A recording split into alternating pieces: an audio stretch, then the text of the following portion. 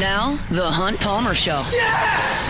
I feel like I've been waiting for this my entire life. You're listening to The Hunt Palmer Show on 104.5 ESPN Baton Rouge. Jolly good fun. Jolly good. Locking down the middle of the day. America's favorite daytime fun show. Live from the Raising Cane studio. This is Hunt Palmer.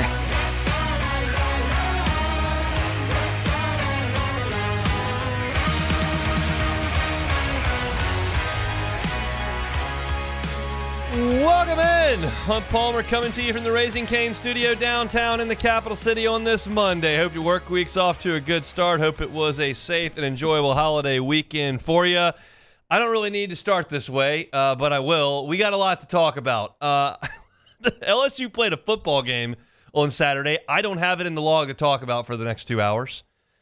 The SEC hired like 14 coaches. I'm not going to talk about a lot of that. The Saints played a crazy game yesterday that I am going to talk about. I'm not sure where. There's a ton to do, and we got to pack it in to these 2 hours, and we will. And we appreciate you hanging out with us here. Got Jordan Kitchens, Cassie Spazzali back there on the ones and twos. We'll go to Oxford, Mississippi in 30 minutes to talk to Michael Katz, see what's going on there and what the fallout was from yesterday. We'll have Dr. Jeremy Burnham on coming up here in 45 minutes. In hour number 2, Denton Day will join us from a national perspective on all things college football. So we've got a lot to do. And so we'll crank it up. I want to tell you this right off the front, right up front. I think this is a very, very, very good hire for LSU football. I think Lane Kiffin is a phenomenal offensive mind and football coach. And there is too much that has gone into the last month for me to do it in a 12-minute segment. We've got to break this out into different iterations, and I want to keep my thoughts in order. So with that being said, I'm going to get to the results of this hire in our next segment. 15 minutes from now, we'll talk about Lane Kiffin at LSU, what he is as a coach, and what that means for the future of LSU football. But there also is a piece to this story that is the process by which we got here. And I want to talk about that too. So I'm going to split them up. And there is some negative on both sides of this process, but I want to be clear up front. I'm not being negative about the hire. The result of this hire is very, very good. It's the guy I wanted from the start.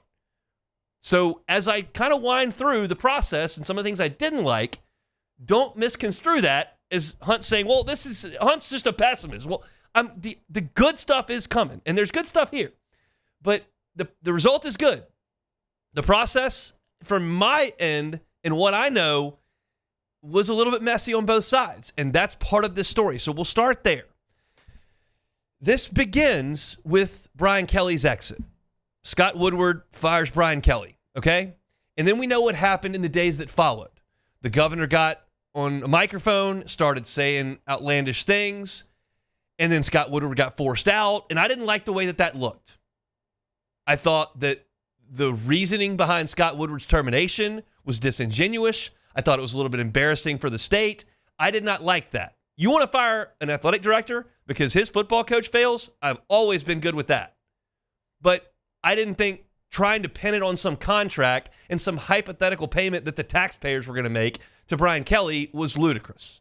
And I didn't like that part. And then you had the days that followed where you had Verge Osbury put in as interim athletic director. And I said, well, that's okay, because Verge has been here. He's been through a lot of coaching searches. I think he's qualified for this job, but can he go hire a coach if he's not the guy that coach is going to be working for in the future? And you couldn't submit Verge because you were trying to work through the board of supervisors, and then you hired a new president who's in charge of the board of supervisors, and then he said, well, Verge is the acting AD. I can't make a decision on that, even though he said he had already made it, and so you got that confusion. And this is all part of that process. But then I said I didn't like that process. I didn't like the way Scott was let go. I didn't like the way that the president came in and said Verge was permanent and then said he was acting. That didn't look good. But then you made Verge permanent. And I said, okay, that's good because Verge is qualified for this. He's been here for 3 decades. He's been on a lot of coaching searches. He's an LSU guy. He loves LSU. He's a football guy. He knows a lot of agents. He knows a lot of coaches. Okay, that's good. Put the committee together. Go. Okay, so I didn't like that process, but we got where we needed to get. And so then you got to go find a coach, okay? So you lock in on Lane Kiffin, and LSU does a great job. Due diligence, contact with the coach, making sure that he was comfortable with his family here, with his son here playing football, understanding what this would be in terms of resources for players and resources for assistants and what LSU can offer. And they did a great job of courting Lane Kiffin in that way. And then you get to decision time. And as I've been saying for 2 weeks, it's evident to me that Lane Kiffin's leaving Ole Miss because you're in the middle of what should be the greatest month of his coaching career, where you're beating Oklahoma. And you come back and you beat Mississippi State, and you're a playoff team. And through all of this, he doesn't sign the extension. He never says that he's staying. He leaves the door open for leaving. And all of those actions spoke so loudly that all the non-answers in the press conference, I'm going, well, this guy's going to go. And I don't believe that Lane Kiffin had to wait until Friday or Saturday to make that decision. I believe he made that decision. And I believe it's a reasonable decision. There are some people in the football world that think it's unreasonable to leave a playoff team. I think it is a reasonable decision to leave a playoff team if you think that that is a better opportunity for you. I'm not telling you what's a better opportunity. I'm telling you it's okay if you think it's a better opportunity to go. And at that point, Lane Kiffin needed to go. And the fact that it drug, I don't think was handled very well by Lane Kiffin. It is a reasonable expectation. It's a reasonable sentiment for Lane Kiffin to want to coach his team in the playoff. He recruited them. He built that team. He built that program. He got to this point. He wants to coach them. It's not realistic. It's not realistic for Ole Miss to allow LSU's head football coach to roam the halls for a month while every single player that has eligibility left is about to be a free agent and all those coaches could leave with him. You can't let the fox in the hen house for a month if you're Keith Carter and Ole Miss. You have to tell him you have to move on. And in my opinion, Lane Kiffin at that point should have said, okay, I'm going. You got to pack your bags. You got to leave your key on the desk in Oxford, and you got to go to Baton Rouge, and you got to start working. That's the way the calendar sets up. You just have to. And you can't strong-arm Ole Miss and say, well, I'm coaching. And you can't strong-arm Ole Miss and say, well, I'm taking the whole staff. I don't believe that's a professional way to act. I think if Lane Kiffin made his mind up to go to LSU, he needs to go to LSU. And finally, he did. And then you've got the Ole Miss side, which I'm not going to spend very much time on this, but Keith Carter just kind of sat there. And I understand the awful position that he was put in. But you've got to go to Lane Kiffin and say, I need a decision because I've got to move forward with my football program if I don't have one. And then you've got Lane who ultimately didn't. And so for me, this process had a lot of snags and a lot of people that may not have done the right thing every step of the way. But I've said this in so many instances with coaching searches. The process and the result don't have to mirror each other. LSU's hiring of Brian Kelly was a masterclass in terms of just getting it done. You targeted a guy, he was at a great spot, you went and got him. That's a great coaching search. It didn't work. You've seen disastrous coaching searches. Texas A&M hired Mark Stoops. He's on a plane to College Station. The internet said, don't do that. So they went, whoa, we're not doing that. Oh, Mike Elko, come on. Well, that seems to be working out okay. Disastrous process. Alabama's first choice was Rich Rodriguez. And he said, no, I'm staying in West Virginia. So they went and got Nick Saban. Well, that's not exactly a perfectly executed search. It worked out really well. And in this case, I think LSU struggled to get its ducks in a row. That wasn't a very good look. And they got their ducks in a row. And then I think they did a wonderful job on the search. And Lane Kiffin, I think, surveyed his options and was coaching and did a great job coaching. And then I think he was a little bit out of line at the end. I think it's okay to want to coach that team. It's not realistic. And at that point, he needed to tell Keith Carter, I'm leaving. Thanks for the opportunity. It's been great. Hope y'all go get it. And then you move on to LSU. But all of that being said, where I said there's some issues here, there's some issues there, what ultimately matters is not the process. What ultimately matters is the result. And when you look at this coaching carousel and you look at what everybody was doing, if you look at Hunter Yurachek in Fayetteville, you look at Scott Strickland down in Gainesville. You look at Keith Carter in Oxford. You look at John Cohen in Auburn. And if all these reports are mirroring the truth, like Arkansas got the scraps. They got the leftovers. Auburn wanted Eli Drinkwitz, but John Cohen was demanding that, hey, DJ Durkin's going to be on this staff, and Drink went, I don't think so. Florida thought they were getting Lane Kiffin. They were all in on Lane Kiffin. And then Ole Miss was too late to go get John Summerall, who probably wanted that job. Everybody's kind of making missteps, and LSU executed. LSU got the bell of the ball. That does not mean that this is going to work out the best for LSU, because these things are uncertain. But LSU's group did the best job in this coaching carousel. And they didn't have to go down and get a hopeful G5 guy. They didn't have to dip down to go get a coordinator, never done it before. They didn't have to emergency rush somebody to the podium, which we've seen in this town before. They found a target, and they went and got him. And that result was fantastic for LSU. I'm going to get into that in our next segment. But again, it's two different avenues to discuss this on. Process was bumpy, and I think there are some people that were not right there in lockstep with what they were supposed to be doing. But ultimately, I'm pretty fired up that Lane Kiffin's going to be calling plays for LSU, and I think that's going to be an exciting time, an exciting era of LSU football. So let's talk about that when we come back. The Hunt Palmer Show. One Bath and Closets. OneBathAndClosets.com is the website. David Duvall and his team, 30 years redesigning and remodeling bathrooms and closets. Look, it's about time for Christmas, about time for the new year. If you're thinking about, hey, let's put some work into this house. We don't want to move. We just want to revitalize it. Well, what better place to start than the bathroom? And they can do full-scale bathroom renovations, putting in showers, taking out showers, putting in tubs, taking out tubs, all your floor work, your vanity. They can do full-scale in One Bath and Closets. They can also do something simple like a tub-to-shower conversion. That can take less than a week. No matter what size project you're looking to do in the bathroom with your closets, One Bath and Closets can be your one-stop shop. David Duvall and his team can handle it soup to nuts, as he always tells me. Go to onebathandclosets.com. Get that free consultation. That doesn't cost you anything. Sit down with David and go through what he can do for you. He'll customize it, and you'll love it. They'll do it right the first time and leave the competition behind. It's One Bath and Closets. Find them online, onebathandclosets.com. Every winner knows a great play starts with a solid game plan and the right team by your side. At Sunshine, we're here to keep your operation running strong. From tractors to harvesters, we've got the John Deere equipment you need to tackle every job with confidence. Because when the work's done right, there's more time for the things that matter, like cheering on your favorite team. Make Sunshine Quality Solutions part of your playbook this season and learn more about what it means to be powered by Sunshine at sunequip.com.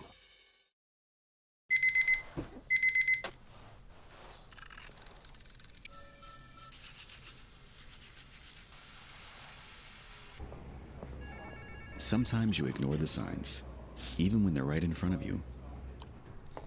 Problem gambling isn't always easy to spot. Know the signs. Set your limit. Learn more about healthy gambling habits by visiting us online or text or call for free confidential help now. In South Louisiana, you can always count on good people coming together to help our children. At Dreams Come True, we grant wishes for Louisiana children with life-threatening illnesses. But to do this, we need funds. That's why we're trying to raise $100,000 for Dreams Come True by giving away the Blessed Children's School. Make your backyard's dream come true while helping our kids. Just go to dreampoolla.com and you can find out how your $25 donation might help win you a Duplessis pool. I'm Lawyer Locke Meredith. If you're battling an insurance company because of a wreck not your fault and they're not calling you back or being fair, whether you hire us at all, give us a call, 272-5555, or email Locke Meredith, Sean Fagan and Associates. You have nothing to lose. Hello, I'm Collins Meredith. If you've been injured on the job, you'll likely have a workers' compensation claim, but you may also have a tort claim, which opens up significant recovery rights not normally available for a work injury. If this is you, call us or come see us at Locke Meredith, Sean Fagan and Associates. Attention diesel mechanics, River Parish Contractors has an immediate full-time opening with benefits. Valid licenses and TWIC card is required to apply. Call or text Big Jake today at 985-479-9858 or go to rpcontractors.com and click on Apply Now. Come be part of the team that values hard work. has a high standard of excellence and delivers projects on time and safely. River Parish Contractors. Let's get building. Breck teamed up to reimagine your parks, and you imagined big. With your help, we went to work, creating 12 beautiful community parks across the parish. A family-sized water park, miles and miles of trails, and parks just for your dogs. There are more places to splash, to explore, to run wild, and even soar. You're listening to The Hunt Palmer Show on 104.5 ESPN, Baton Rouge.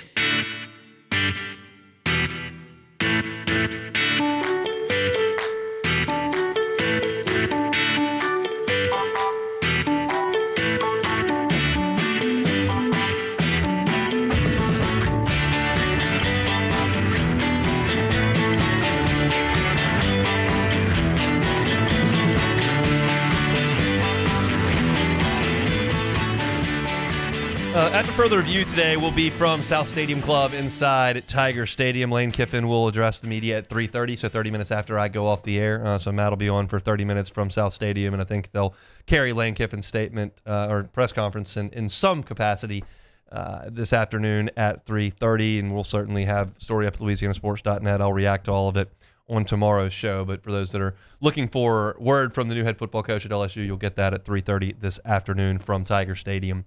All right, let's talk about Lane Kiffin, the hire. We briefly touched on this, but I didn't want to go too deep in before it was all said and done, and it is now all said and done.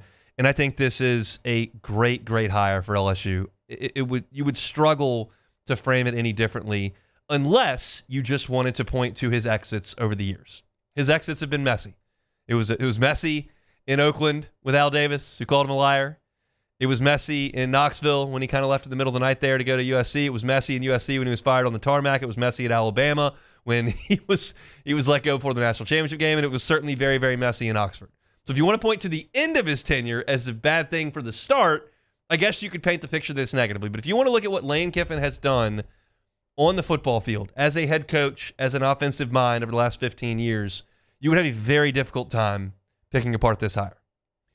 Lane Kiffin went to Alabama, and he ushered in Nick Saban's spread offense, dynamic offensive attack. Nick Saban at the beginning of his Alabama career was, hey, we're going to get in the I formation, we're going to run the football, we're going to Mark Ingram you and Trent Richardson you to death, and our defense is going to allow 6 points a game, and that's how we're going to win. And then he looked at this and said, well, we probably can't beat the best teams in the country anymore 17-10. Like, we're going to have to go score some points. So Kiffin came in, and he took Blake Sims, who was a converted running back, and set passing records at Alabama. And then he was ushered out there, and then he went to Florida Atlantic, where they had just started the football program, like Howard Schnellenberger started it, and they had not done anything. And Lane Kiffin won 2 conference championships at Florida Atlantic. And then he went to Ole Miss. And after his first year, the COVID year, the next 5 years he won 50 games, averaged 10 wins a season at Ole Miss. Ole Miss is one of 3 of the 12 SEC schools that were there when the SEC championship game started. One of 3 that had never reached Atlanta. Kentucky's never reached Atlanta. Vanderbilt's never reached Atlanta. Ole Miss never reached Atlanta. This is the program you took over that has not won a conference championship in 60 years. And Ole Miss won more games than everyone in the league over those 5 years except Bama and Georgia, 2 of the pillars of the sport. Lane Kiffin beat Georgia, and he beat Oklahoma, and he beat LSU, and he made the college football playoff at Ole Miss. He did a brilliant job in Oxford. Everyone in Oxford right now is suggesting that Golding is the culture guy. Golding's the guy that handles all their recruiting. Charlie Weiss is a great offensive mind. Lane Kiffin is a traitor and a snake. But the actuality is, if you go back a month and a half, he was the toast of the town, and he owned Oxford because he won at a level that no one that follows that team has seen in their lifetime unless they're 75. Some of these numbers are just phenomenal with his offenses. If you look at total offense in the nation over the last 5 seasons, 3rd in the nation this year, 2nd in the nation last year, 13th in the nation in 2023, 8th and 6th. 4 of the last 5 years, Ole Miss has had a top 8 total offense nationally, and the one time they weren't, they were 13th. You look at rushing offense. He had a team in 2022 that was 3rd in the nation in rushing. You look at passing offense. Last year, they were 2nd in the nation. This year, they're 3rd. If you look at his scoring offenses the last 2 years, 11th in the country, 3rd in the country. And you go back to 16th, 29th, 24th. This is consistently an excellent product offensively at Ole Miss. And sometimes they do it through the air as good as anybody in the country. Sometimes they do it on the ground as good as anybody in the country. But ultimately, they move the ball as well as anybody in the country at Ole Miss. And I looked back at the last 4 NFL drafts, at the offensive players that Ole Miss has had drafted. They have had 1 first-round pick in the last 4 years on offense, Jackson Dart. They have had 2 second-round picks in the last 4 years, Mingo and Harris. A couple guys on the outside. Ole Miss, in the last 4 drafts, has had a total of 8 offensive players drafted. LSU over that time has had 14. That's almost double. It's not like Lane Kiffin was taking a Ferrari there and putting up a lot of points. He was doing it with what he had at Ole Miss. And I think one of the most telling things is that in the 2024 draft, he didn't have a single offensive player drafted. And they were 13th in the country in total offense. Not one drafted. And they were 13th in total offense. I did a segment on this last week. And you can go back and listen to it. I wrote a column about it at LouisianaSports.net. LSU just offers more access to dynamic players. It just does. You can point to the Grove Collective. You can point to their transfer portal class. You can point to the wins that they've rolled up. And all of that is fine to point to. But the fact of the matter is that no matter if you're going back to the pre-NIL rules, pre-transfer portal rules, the Wild Wild West rules where anything goes, or what we're in now where it's you got to go through the clearinghouse. That's 3 different sets of ramifications and rules. LSU has more guys drafted than Ole Miss over that time. Ole Miss went heavy in the portal for last year's team. They had a school record, 8 guys drafted. And LSU, who at that point was saying, we're not in the business of buying players, had 7. And LSU had Will Campbell go in the first round. So there is more access to great players and draftable players here because of who grows up in the state and the brand that LSU carries nationally. And Ole Miss has got a great collective. And Ole Miss has got an administration that is aligned and is doing things very, very well there. I think Lane Kiffin is the straw that's stirring that drink. And I think he will stir that drink here in Baton Rouge with a machine that ran pretty damn good without him in terms of acquiring talent. They haven't won enough games. Brian Kelly had the worst defense in LSU history, had, from a scoring perspective, one of the worst offenses in school history this year, and the special teams has been a disaster in 2 of his 4 years. They haven't won enough games. They haven't coached it well enough, but they've had players, and they put guys in the draft, and they're going to put guys in the draft again this year.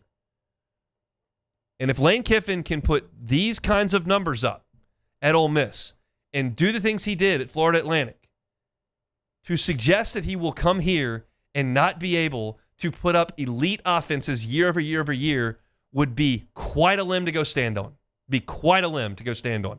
I'm not doing it. I think Lane Kiffin is going to come here. I think he's going to recruit high school players at a very high level with this staff.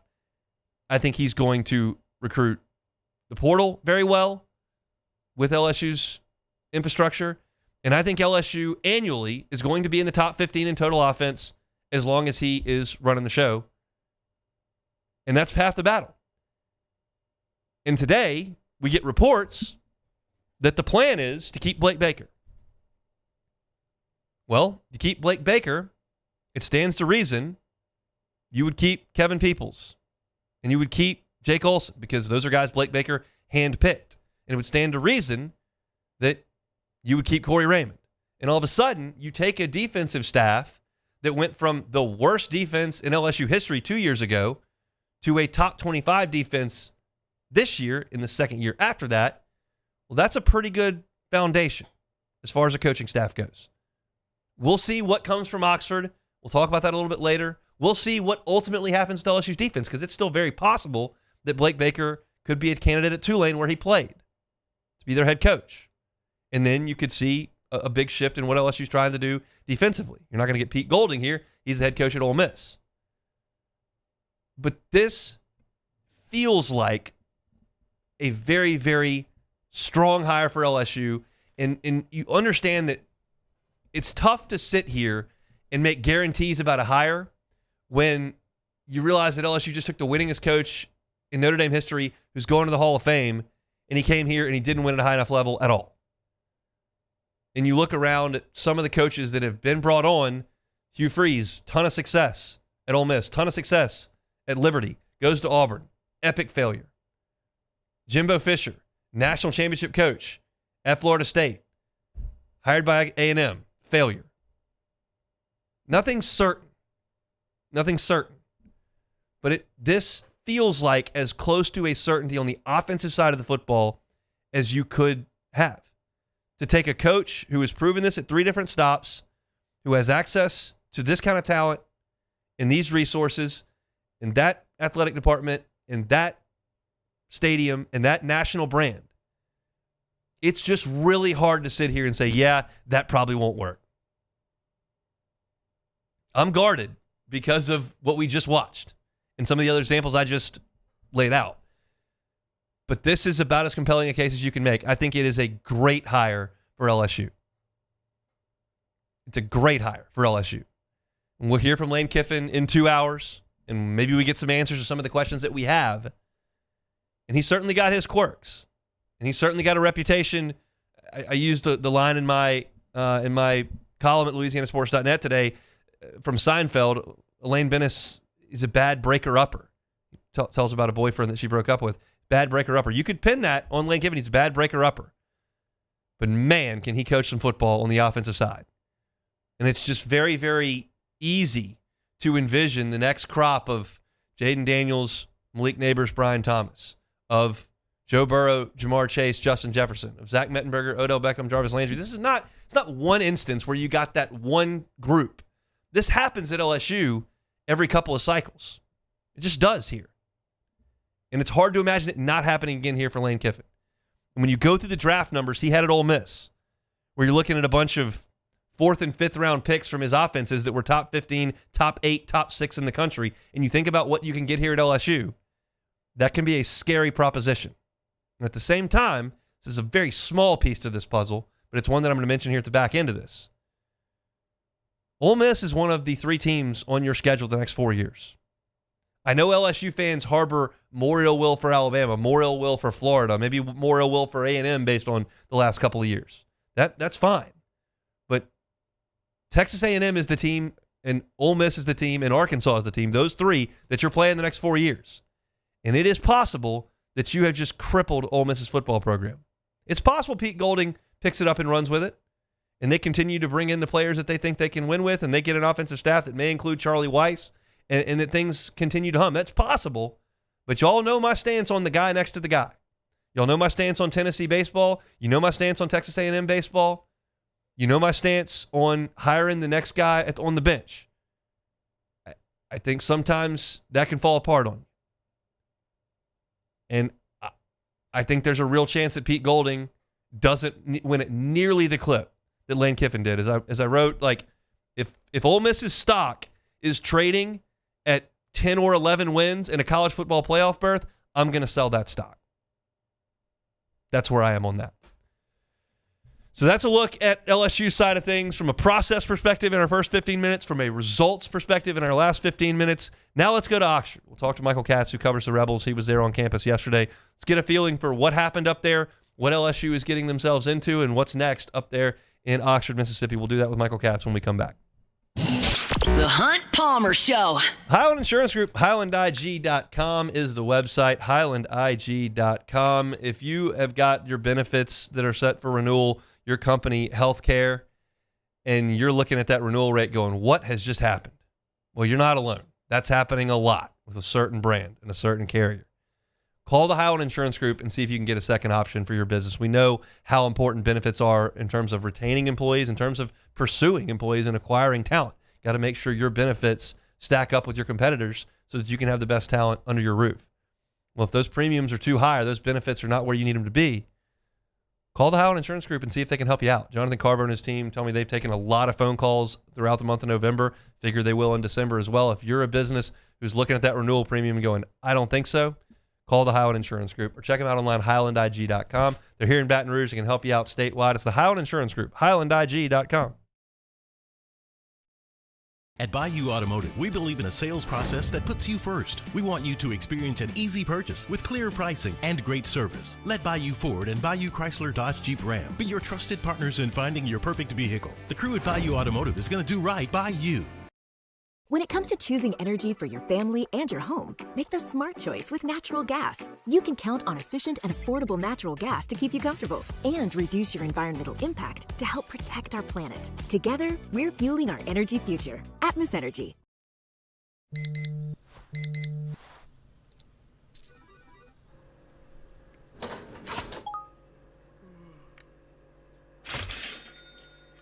Sometimes you ignore the signs, even when they're right in front of you. Problem gambling isn't always easy to spot. Know the signs, set your limit.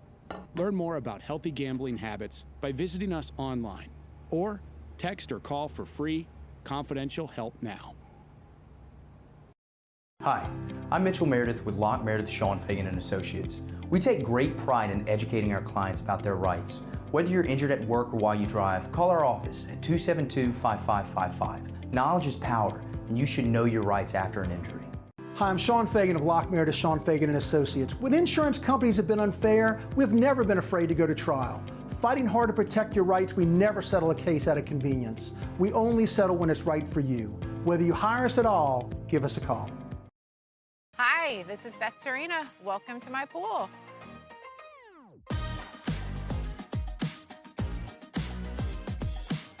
The first time I saw this beautiful pool, it exceeded every expectation that I had. They were able to get everything we wanted in this pool. It is a beautiful pool. We live out here, we eat out here, we watch TV out here. This is like our living room outside. We love this pool and everything about it. When we decided to build our pool, we called a great friend who is one of the best pool builders in the country in North Louisiana, and we said, who would you choose to build a pool in Baton Rouge? And without a hesitation, he told us Russell Pools. He said their history, tradition of great builds, great pools was unmatched. So of course, who did we call? Russell Pools. The advice I would give to anyone looking to build a pool is first call Russell Pools. They'll do an incredible job. It'll be incredibly organized. It'll be time efficient. And you will have your pool in no time.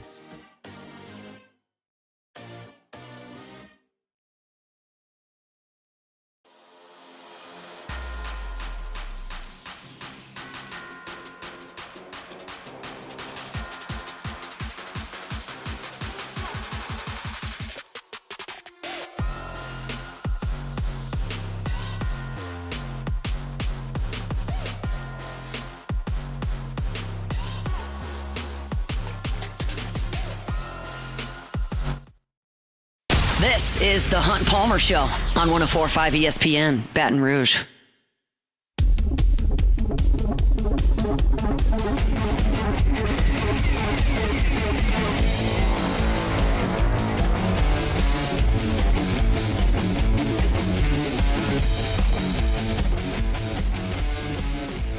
Chugging along here, Monday edition of the Hunt Palmer Show.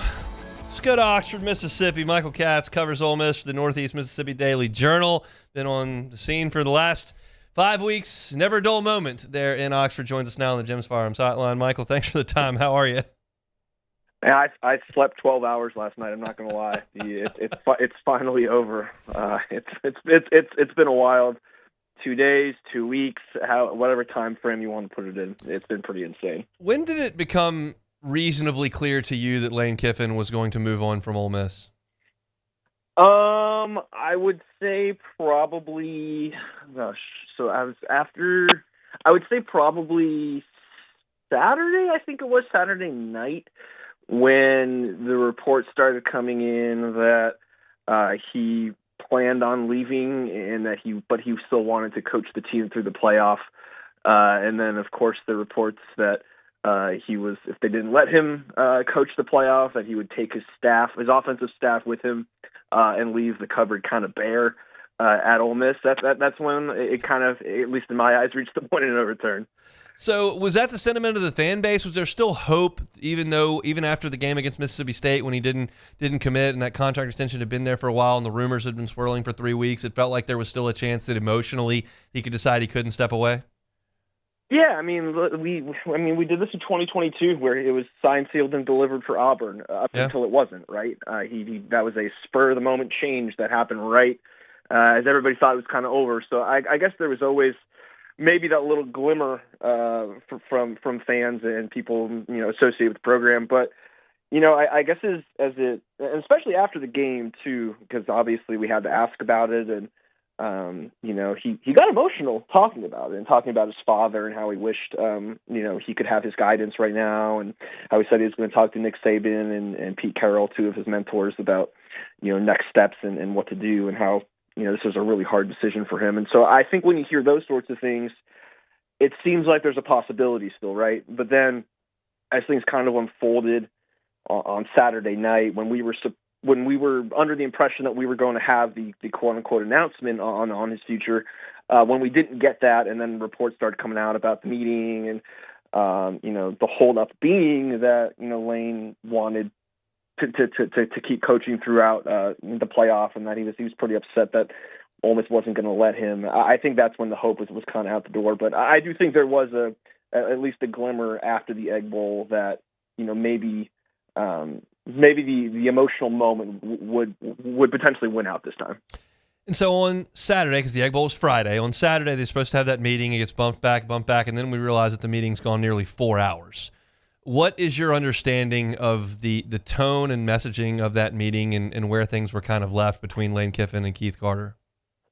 Yeah, I mean, it sounds like it was, at least from everything that I've seen, that, Lane had all but told them that he was leaving, and that the holdup was really, can I coach this team? And I think it got, I think for his entire time here, Lane has been, he's had the keys to the castle, and he's been given everything that he's wanted and asked for, and this time he wasn't, and I think that was pretty tough. So I think there was some emotion there in terms of, obviously he's going to leave here, but he still wants to see this thing through, and Ole Miss telling him no. I think that was probably pretty tough for him. So that's my understanding on why it took so long. I don't know if it was necessarily that he was still weighing his options, at least from what I've seen, so much as it was trying to get this one last thing in Oxford to kind of go his way. And obviously it did not. And as you mentioned, Lane Kiffin threatening to take his staff to LSU is the report. And then you see a pivot by Keith Carter to the defensive coordinator, Pete Golding, as not only the interim head coach, but the permanent head coach. What did you make of that decision and what that means for Ole Miss for the next 30 days and for the next 3 years? Yeah, I mean, I think it's, if you're looking in the micro as of right now, it was kind of the move that had to happen, because you have a team that is in the playoffs, that you need continuity of some sort as you try to see this thing out. I think at least most of us locally thought Pete eventually was going to be a head coach, wherever that may be. I think that just the whole process of Lane's being courted by Florida and obviously LSU just kind of screwed up the timeline with looking for external hires, because those started all coming off the board like yesterday morning, right? And we didn't really, it's probably hard for Ole Miss to, obviously you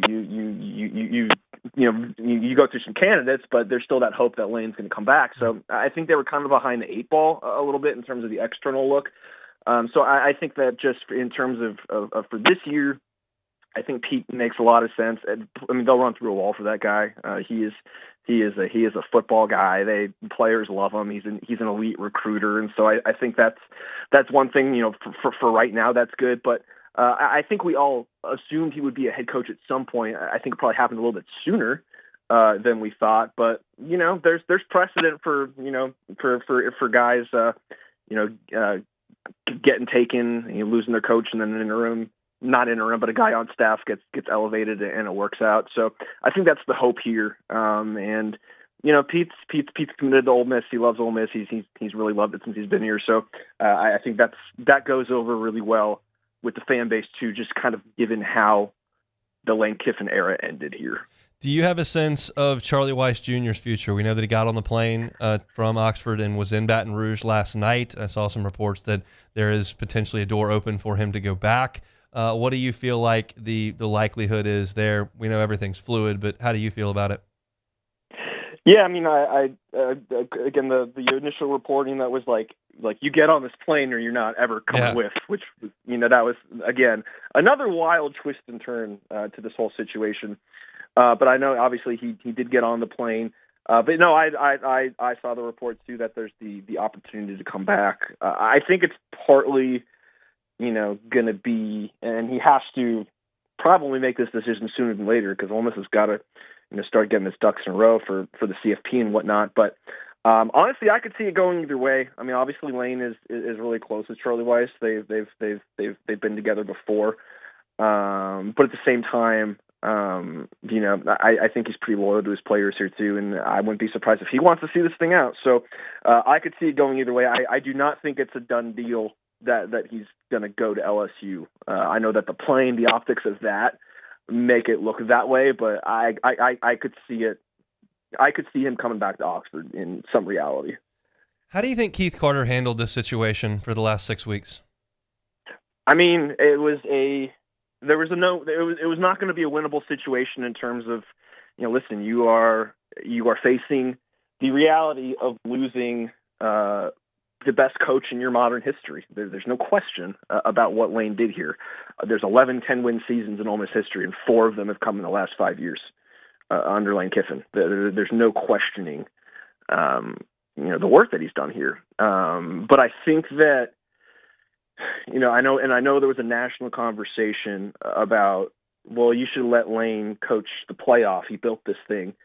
But I've always kind of been on the other side of that, and clearly where Keith was, that, if he's out the door, you can't have him in your building anymore. Then the playoff becomes a month-long infomercial for LSU and poaching players and showing everybody, the new coach at LSU. I think that would have been an even worse look. So I think he handled as best he could. He stood firm in what he was going to do. I don't know if every athletic director would have stood up the way Keith did. So again, a really tough situation. But if you were steadfast that him coaching, if you knew he was leaving, and that him coaching the playoff was just not good for your institution, you had to hold true to it, and he did. And I think he gained a lot of respect from people, especially here, for doing that. Last one here. It's an unknowable question, but just your opinion. Like, what do you think the Pete Golding era in Oxford looks like? I know. I mean, it's impossible to know until we see, I guess, the whole staff Sure. fill itself out and who is staying and who's going. I wouldn't be surprised if it goes really well. It's hard to say that, oh well, they're just going to continue what they've been doing, because Ole Miss historically has not had this sort of continuous success. I mean, this is a golden time. So to just say it would continue, I don't know if that's fair, but he's going to recruit really, really well. He gets along, with players and coaches, and it sounds like the defensive staff really wants to stay with him. So I think that's good. I think that there's a chance that it goes well. Will it be these series of 10-win seasons? I don't know. That has not happened here very often. But I think that things are in place for him, just in terms of the infrastructure that Lane created here, the buy-in from the university and the athletic department in terms of funding, NIL, and the collectives and all that sort of stuff. I think there's a lot of things in place for him to be successful. To what extent, I don't know, but it's hard for me to see it not working in some capacity. We shall see. Ole Miss got some pretty important football games, well, at least one of them to play here coming up in 3 weeks. Michael, we appreciate some time. Get some more rest, all right? Absolutely. Appreciate you. He's Michael Katz, Northeast Mississippi Daily Journal, covering the Ole Miss Rebels. Step aside, come back and close out hour number 1 next. The Hunt Palmer Show. Hitter's House at Marucci. It is up and running. You can shop, you can save, you can swing into the holidays with the Hitter's House warehouse sale Monday through Friday, 11 a.m. to 6 p.m. Right now, started on November 28th. We're into December now, so you got 2 weeks until December 14th. Come by, take some hacks in the indoor batting cages. You can rent them per round or by a time limit. You can sample some of their incredible products, Marucci, Victus, Balm, Lizard Skin, The Stable. Plus, you can take tours. You can go on the tour and get 20% off at Hitter's House that same day.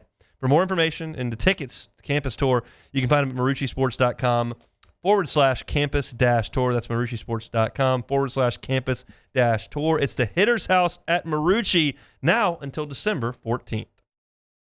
At Bayou Automotive, we believe in a sales process that puts you first. We want you to experience an easy purchase with clear pricing and great service. Let Bayou Ford and Bayou Chrysler Dodge Jeep Ram be your trusted partners in finding your perfect vehicle. The crew at Bayou Automotive is going to do right by you. In South Louisiana, you can always count on good people coming together to help our children. At Dreams Come True, we grant wishes for Louisiana children with life-threatening illnesses. But to do this, we need funds. That's why we're trying to raise $100,000 for Dreams Come True by giving away the Blessed Builder School. Make your backyard's dream come true while helping our kids. Just go to dreampoolla.com and you can find out how your $25 donation might help win you a Duplessis pool. With all the delicious chicken finger options, it was an impossible decision. How about a box combo?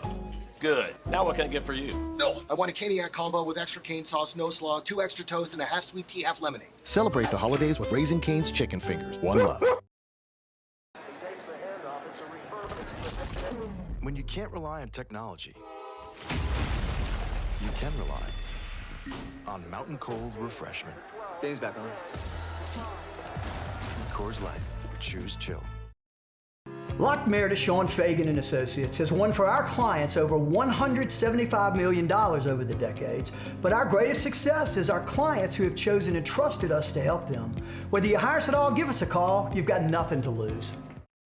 Hi, I'm Sean Fagan. If you get injured, you could be staring at medical bills, repair costs, and lost income. Life can be turned upside down. At Lockmeyer, Sean Fagan and Associates, we'll work to turn your world right side up. Hire us, and like thousands of our clients, you'll be glad you did. At Ochsner, we know healing is a team sport.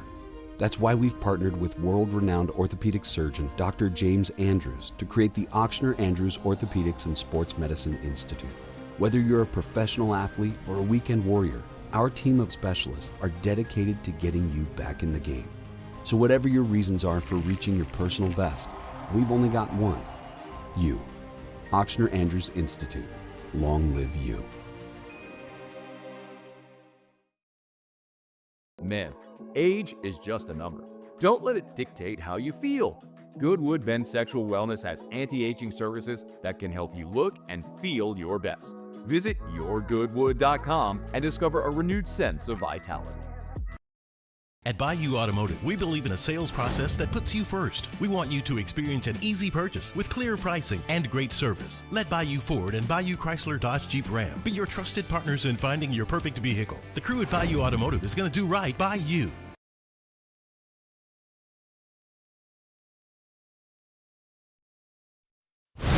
You're listening to The Hunt Palmer Show on 104.5 ESPN, Baton Rouge.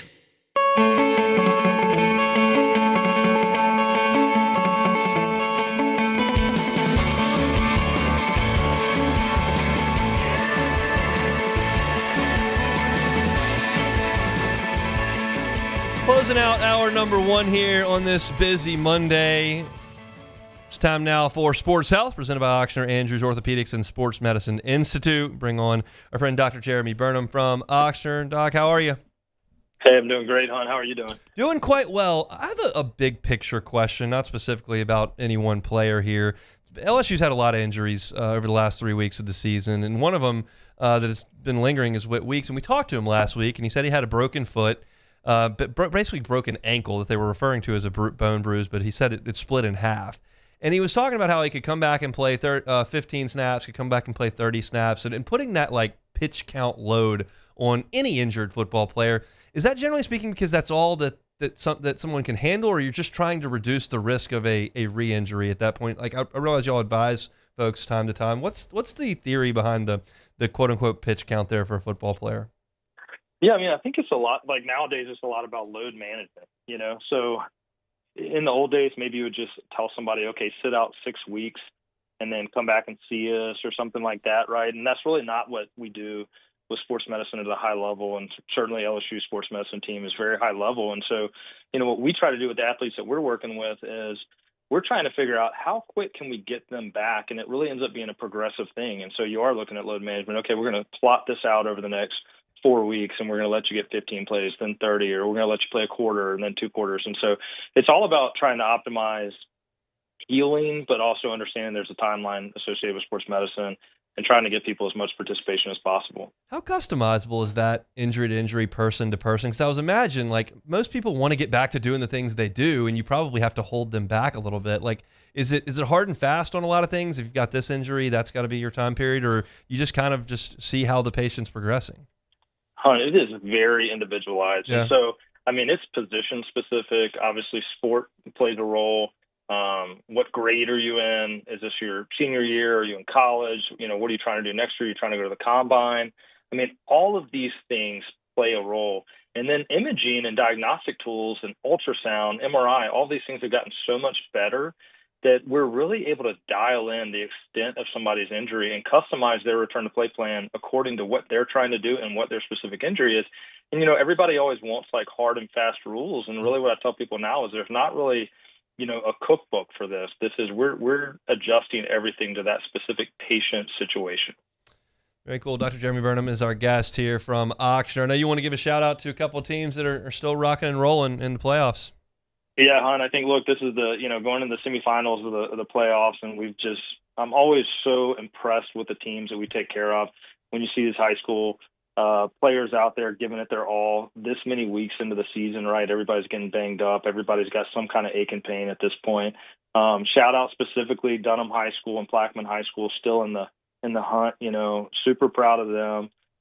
Would like to give a shout out to one of my colleagues, Dr. Julie Newman. She was voted runner-up favorite orthopedist recently, and I think that's just a tremendous honor for her. Glad to have. She's a foot and ankle and sports medicine specialist, so really happy to have great colleagues that are out there doing awesome work in the community. Fantastic stuff from Oxnard. Anything new over at Elite? Hey, we're really focusing right now on injury prevention hunts. We've gone out. We've been asked to go to several high schools, some schools that we're already doing partnerships with, and some that have just reached out to us and said, look, can you come do this for us? And we're doing ACL injury prevention plans. So we're happy to go meet with any strength coach or athletic trainer or coaches at the school and really trying to get the word out there and cut back on the number of ACL injuries. Dr. Burnham, we appreciate a little bit of time. We'll talk in a couple of weeks. Have a good one. Thank you. That is Dr. Jeremy Burnham from Oxnard. Oxnard Andrews Sports Medicine Institute. We know sports industries can be unpredictable. One situation you can protect yourself from is safely returning to play after an injury. It's important to seek care by a sports medicine specialist who is expert in rehabilitation. Their care plans can include building back flexibility, balance, endurance, plus psychological support to get athletes back in the game. To learn more about sports injury prevention and treatment, visit oxnard.org/BRortho. Appreciate Dr. Burnham for giving us a little bit of time here on this Monday. You know, Whit was out there a good bit, but they got to that pitch count on Saturday, and having talked about the game that LSU played against Oklahoma on Saturday, and you saw he was playing, he was going full speed, he was out there, and then you looked up and he had the boot on the sideline. Same thing you saw on senior day when he played 15 snaps and in the second half put the boot on the sideline. He's not re-injuring that, but they're just keeping him on a pitch count. We talked to Whit last week before the Oklahoma game about, one, who the new LSU coach would be, and he gave a big grin. He did a good job. He played coy. Obviously, you know, he dates Lane Kiffin's daughter. He played it coy. He didn't give us anything concrete, not even anything suggestive. He just chuckled a little bit when we asked. And people think I know. We'll see. But then he also told us that he's got that break in the ankle, and that he's on a pitch count, and so we don't know if he'll play in the bowl game. We don't know if he'll go to the draft. We don't know if he'll be back at LSU next year. Certainly got an interesting relationship with LSU's new football coach. It wouldn't surprise me at all if he was at the press conference today. I'm curious to see what kind of turnout there is at that press conference. They've got it at South Stadium Club, which has got a lot of room for it. It's a much bigger space there than the Lawton room or the football ops interview room. So theoretically, a lot of folks could be there, and I would imagine Landry Kiffin will be there, and I would imagine Whit Weeks will be there. We don't know what the future holds for Whit, but curious about that as well. I know he's a big fan of Blake Baker, and this year just didn't go the way he wanted it to, so maybe he wants to run it back one more year. Maybe it's time to go to professional football. We'll see, but wanted to get a thought there from Dr. Burnham on big picture injury things. You missed any of the first hour, all my Lane Kiffin thoughts in the first 30 minutes. You can find him at Hunt on LSU, wherever you find your podcast, or on YouTube. Talk to Denton Day in 35 minutes, more LSU talk, plus Saints when we come back after SportsCenter on this Monday edition of the Hunt Palmer Show. The Hunt Palmer Show. At Ochsner, we know healing is a team sport. That's why we've partnered with world-renowned orthopedic surgeon Dr. James Andrews to create the Ochsner Andrews Orthopedics and Sports Medicine Institute. Whether you're a professional athlete or a weekend warrior, our team of specialists are dedicated to getting you back in the game. So whatever your reasons are for reaching your personal best, we've only got one: you. Ochsner Andrews Institute. Long live you. At Bayou Automotive, we believe in a sales process that puts you first. We want you to experience an easy purchase with clear pricing and great service. Let Bayou Ford and Bayou Chrysler Dodge Jeep Ram be your trusted partners in finding your perfect vehicle. The crew at Bayou Automotive is going to do right by you. When it comes to choosing energy for your family and your home, make the smart choice with natural gas. You can count on efficient and affordable natural gas to keep you comfortable and reduce your environmental impact to help protect our planet. Together, we're fueling our energy future. Atmos Energy. Every winner knows a great play starts with a solid game plan and the right team by your side. At Sunshine, we're here to keep your operation running strong. From tractors to harvesters, we've got the John Deere equipment you need to tackle every job with confidence. Because when the work's done right, there's more time for the things that matter, like cheering on your favorite team. Make Sunshine Quality Solutions part of your playbook this season and learn more about what it means to be powered by Sunshine at sunequip.com. These are the luckiest ice cubes in the world. They could have been a thankless bed for an all-you-can-eat salad bar. But instead, they've been called upon to cradle and cool a crisp, refreshing Dos Equis. Looks like the lucky just got luckier. Dos Equis.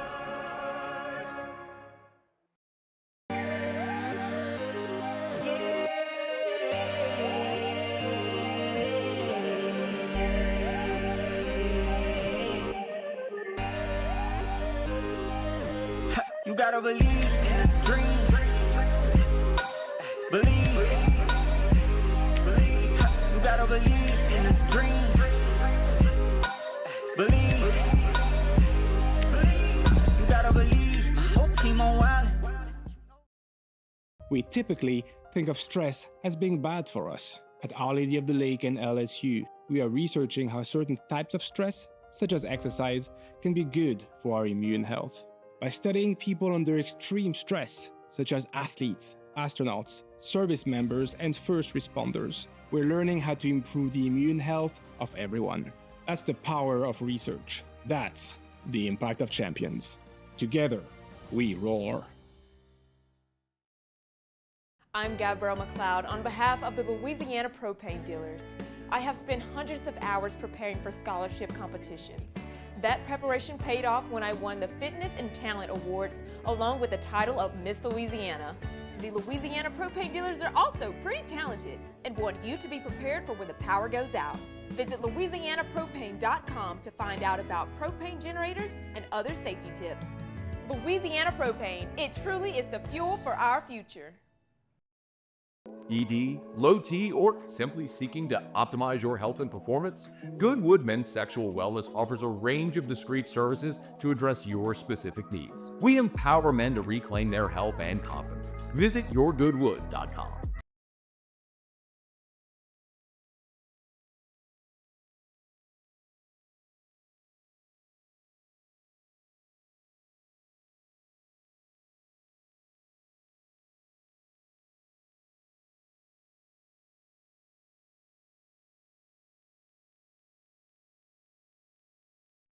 Sports Center.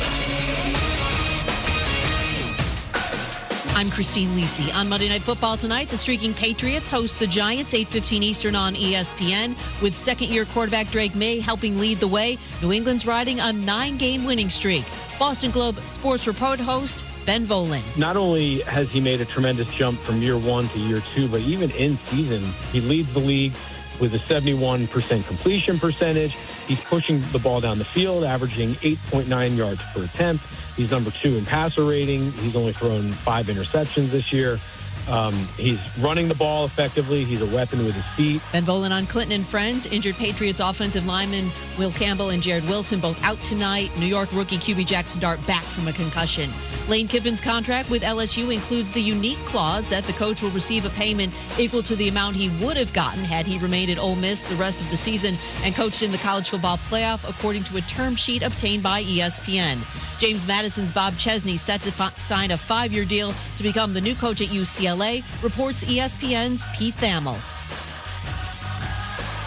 Hey, it's your resident Super Bowl champ, Chris Candy. Coming up Tuesday, the Bears sit atop the NFC, but where will they land on my top 5? Find out at 6:30 a.m. Eastern. It's Unsportsmanlike weekday mornings at 6, right here on ESPN Radio, ESPN2, and ESPNU. Now, the Hunt Palmer Show. Yes! I feel like I've been waiting for this my entire life. You're listening to the Hunt Palmer Show on 104.5 ESPN, Baton Rouge. Jolly good fun. Jolly good. Locking down the middle of the day. America's favorite daytime fun show. Live from the Raising Cane studio, this is Hunt Palmer.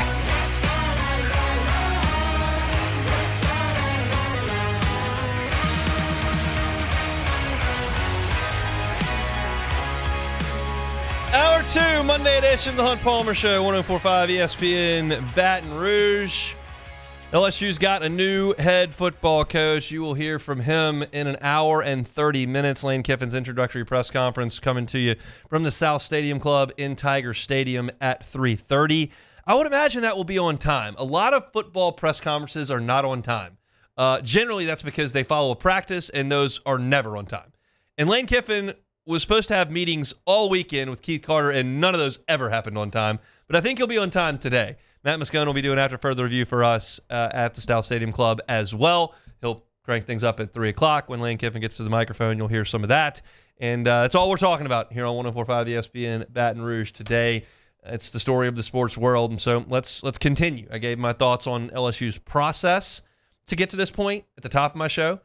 I talked about Lane Kiffin and what I think he will do here in Baton Rouge in the second segment of my show. And now we're going to talk about some real-life things that have gone on since he took the job at LSU.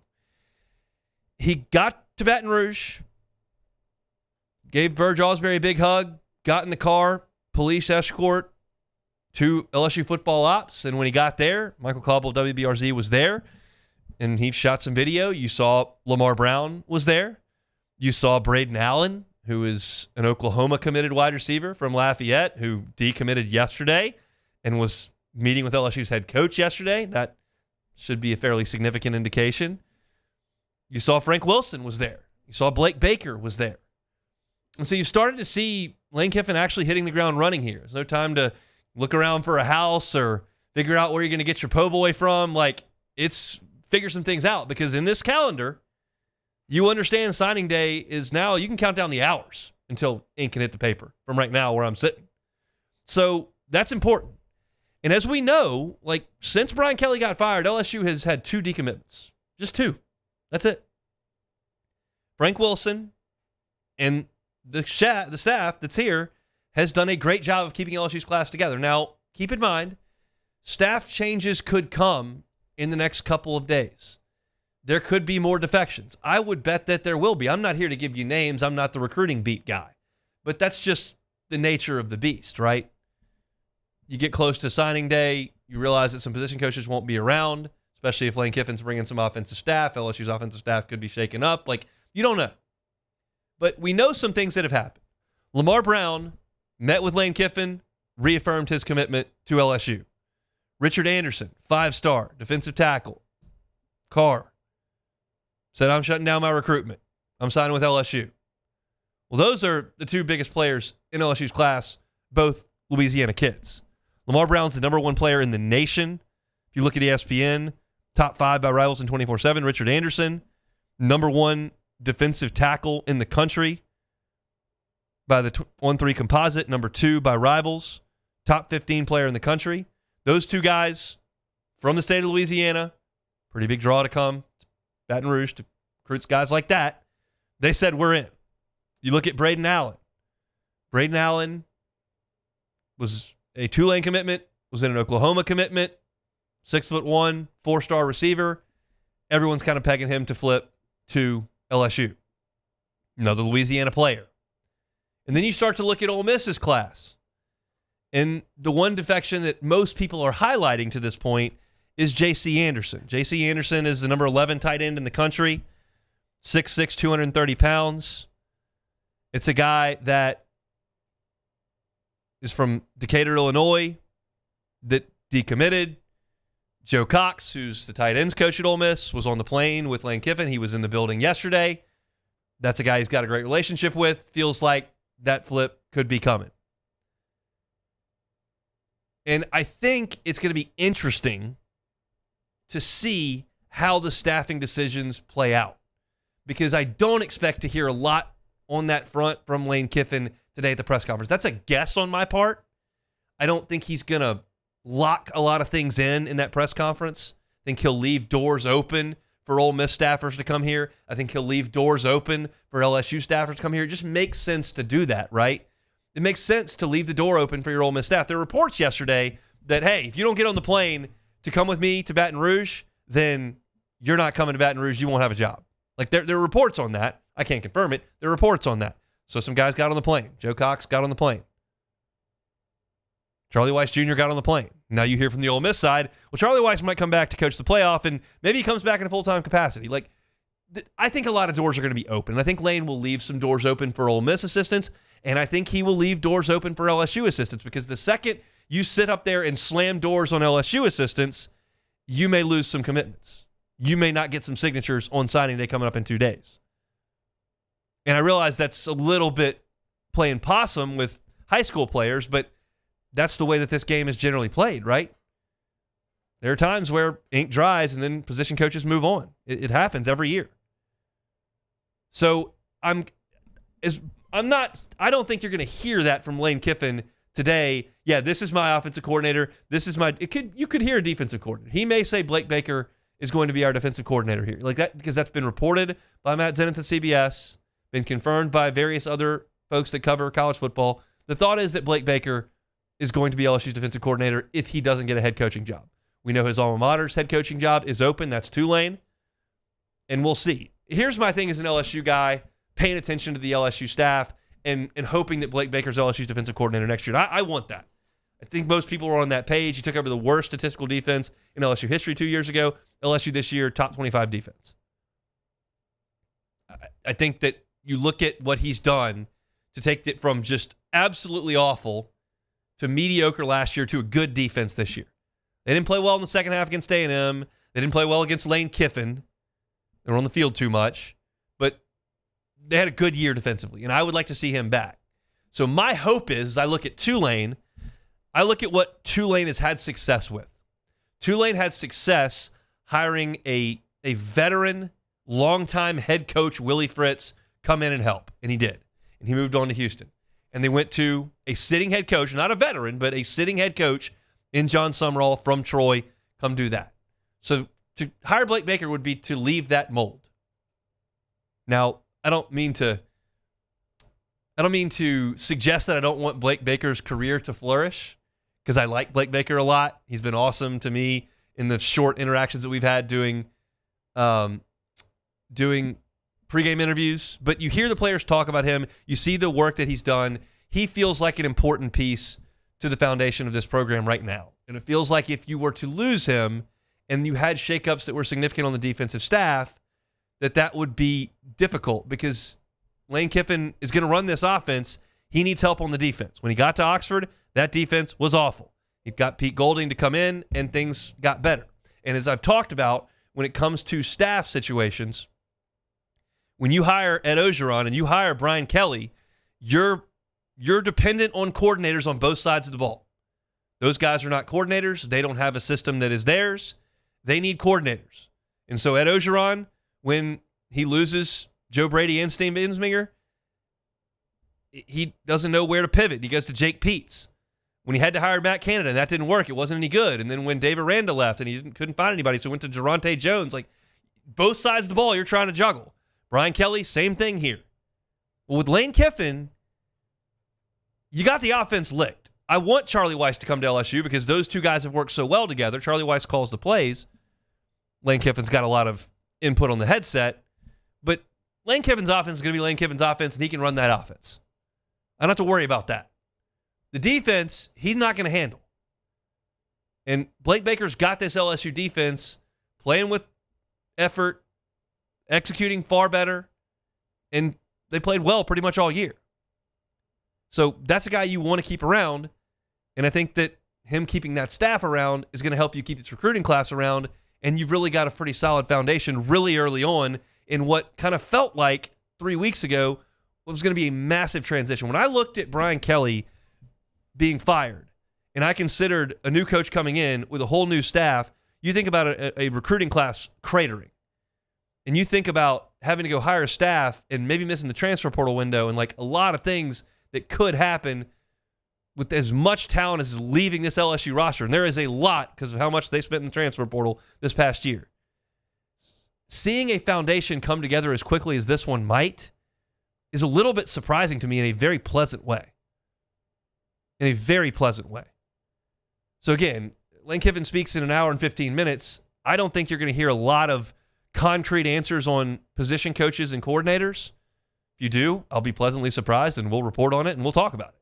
But I think that some doors are going to be left open, but you can start to see some things that are happening with LSU's big-time recruits locking in, with Blake Baker being reported to stick around, what that could mean for the guys that work under him because he handpicked Kevin Peoples and he handpicked Jake Olson, and we know what Corey Raymond means to that program.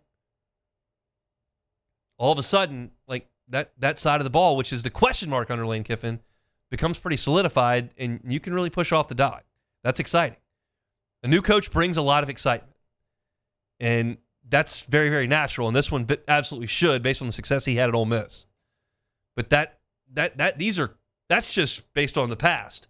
This is the actual present moving into the future, and it looks very good from some of the very first things that happened once Lane Kiffin got on the ground here in Baton Rouge. So that's encouraging stuff, and we'll continue to track as recruits commit. We saw another decommitment from Ole Miss's class, and that certainly doesn't mean that it's an imminent commitment to LSU, but it was a decommitment a little bit earlier from Ole Miss, a 2026 wide receiver, Jamison Powell, who decommitted. Doesn't mean he's headed to LSU, but again, kind of look at while you're helping yourself, if the other side can crumble a little bit in Oxford, that's a positive for LSU because that's one of the three teams you play every year. We'll see what happens there in Oxford and what players decide to enter the transfer portal after Ole Miss is done and come to LSU. That's something that happens very, very frequently.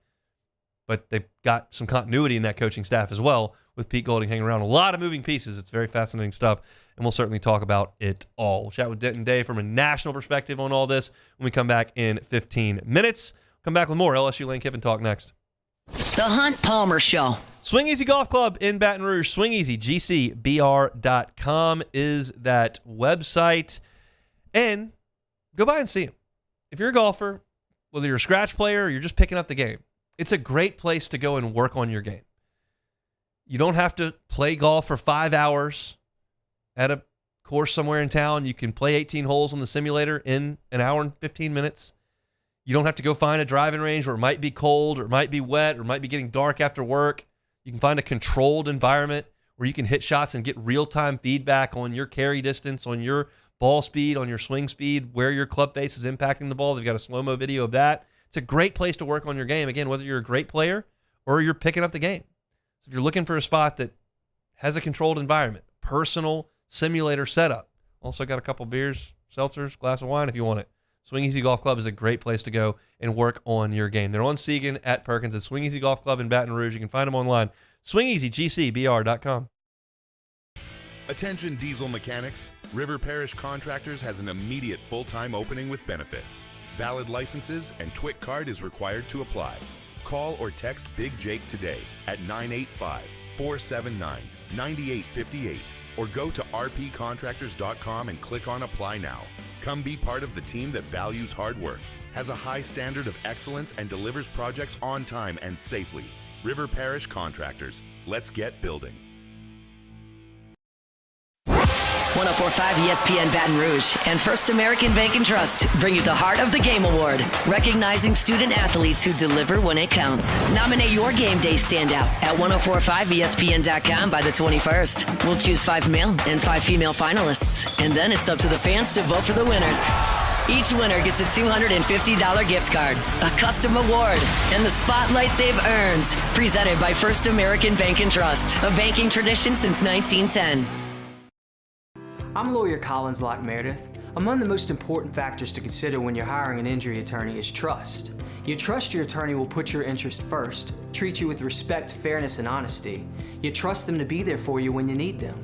At Locke Meredith, Sean Fagan and Associates, thousands of clients have trusted us to represent them, and for good reasons. Please visit us at LockeMeredith.com to learn more, and whether you hire us at all, give us a call at 272-5555.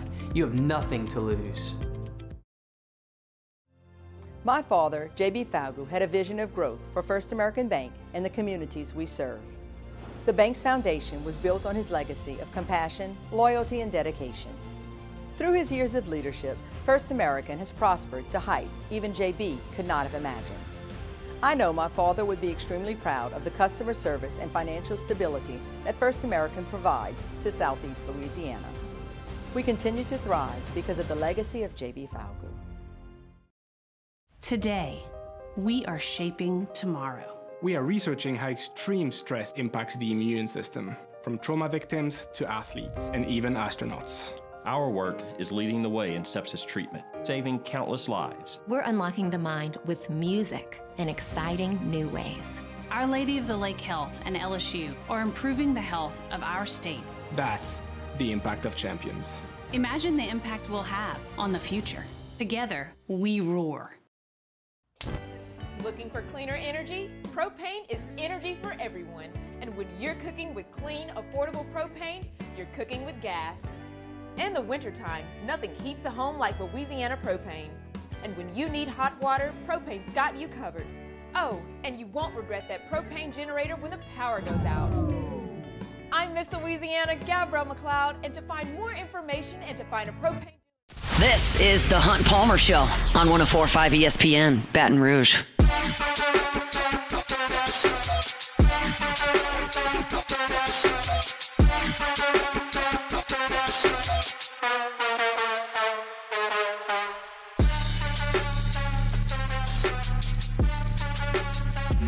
Chugging along here on this Monday edition of the Hunt Palmer Show. Matt Moscona coming up in about 42 minutes with After Further Review from the South Stadium Club, where Lane Kiffin will address the media for the first time as LSU's head football coach at 3:30. Interested to see what kind of crowd that draws there and who does show up. I want to give a hat tip to Wilson Alexander over at The Advocate, and did a great job reporting on Lane Kiffin's contract with LSU. He saw a copy of a term sheet. Keep in mind, this contract is not finalized until it is agreed upon and approved by the Board of Supervisors. I checked the Board of Supervisors website earlier today. It appears their next meeting is in 10 days here in Baton Rouge. So we'll get a full copy of that contract to analyze in the coming weeks, 2 weeks probably. Right now, you just have the term sheet, and I will comment on what we know. I want to leave the caveat open here. I want to leave the door open. If there is language in this contract that I'm not aware of right now that changes the way I feel about the contract, I'll say, hey, I didn't have all the information. Now I have some more. I've changed my mind. Here's what I think. But I'm going to react to what I see now with the contract. Keep in mind, my thing on the contract has always been this. Football coach, basketball coach, baseball coach, whatever. My thing on the contract is your expectation at LSU does not change based on the amount of dollars you are receiving. If you are the head baseball coach at LSU and you make $900,000 a year or $5 million a year, your expectation is to be a top 8 seed a lot, host regionals and super regionals a lot, get to Omaha a lot, and compete for national championships. I don't care if you make $900K or $5 million. You're the head football coach at LSU. I don't care if you got a $5 million contract or a $13 million contract. You need to be competing to get in the playoff and make noise and compete for championships, period. At basketball, I don't care if you make $1 million or $3.5 million. You need to put yourself in a position to make the NCAA tournament. And if you can get to some second weekends, that's good stuff. You see how those are different. But I don't care. The goal at LSU right now, it's not based on how much you pay. I'm not looking for ROI here. It's not my money. There's an expectation that's been established in this town for those sports. That's what you need to do. So with that said, you look at what happened here in this town last month and what the governor had to say, and I was very curious what the next coach was going to get a contract that said, because the governor was very adamant that he essentially ousted the athletic director because of a contract that, as he termed it, left the state on the hook for $54 million. And he said, we're tired of rewarding failure.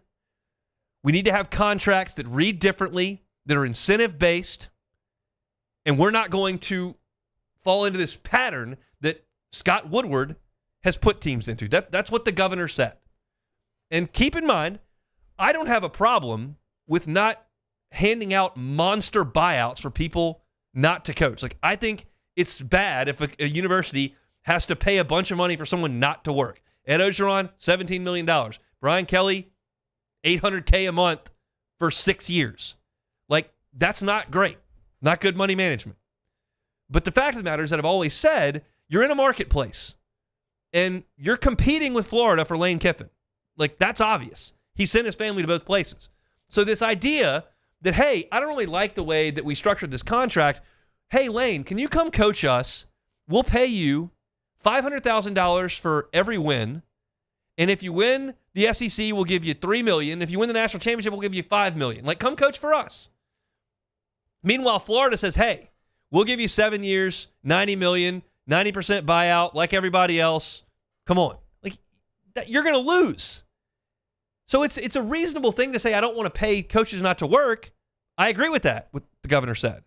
But I don't agree that that's going to work every time because you're in a marketplace. So I was curious what would happen because the governor very publicly lambasted the athletic director and got him fired based on contractual language. So what's the next coach going to get? Well, we found out today. 7 years, $91 million, $13 million annually. That puts him right below Kirby Smart as the top 2 highest paid coaches in college football. Lane Kiffin, if fired for cause, gets 80% of that buyout, 80% of the rest of the contract of a 7-year deal. And there is no mitigation language in this deal. So the state, as Governor Landry puts it, I don't see it that way, but that is what he puts it, and we'll see what the contract says, still on the hook for a lot of money. Still went and paid $90+ million, more than Auburn paid, more than Arkansas paid, more than Ole Miss paid, more than Florida paid. You're still operating at the top of the sport, literally. And you still got a monster buyout in there. That if Lane Kiffin were to get fired in 3.5 years, like, it's not $50 million, but it's $30. So if you want to tell me that $20 million is what makes this palatable, then, again, it's not my money, so I don't care. I just don't see it that way. I see it as a pretty significant buyout as well.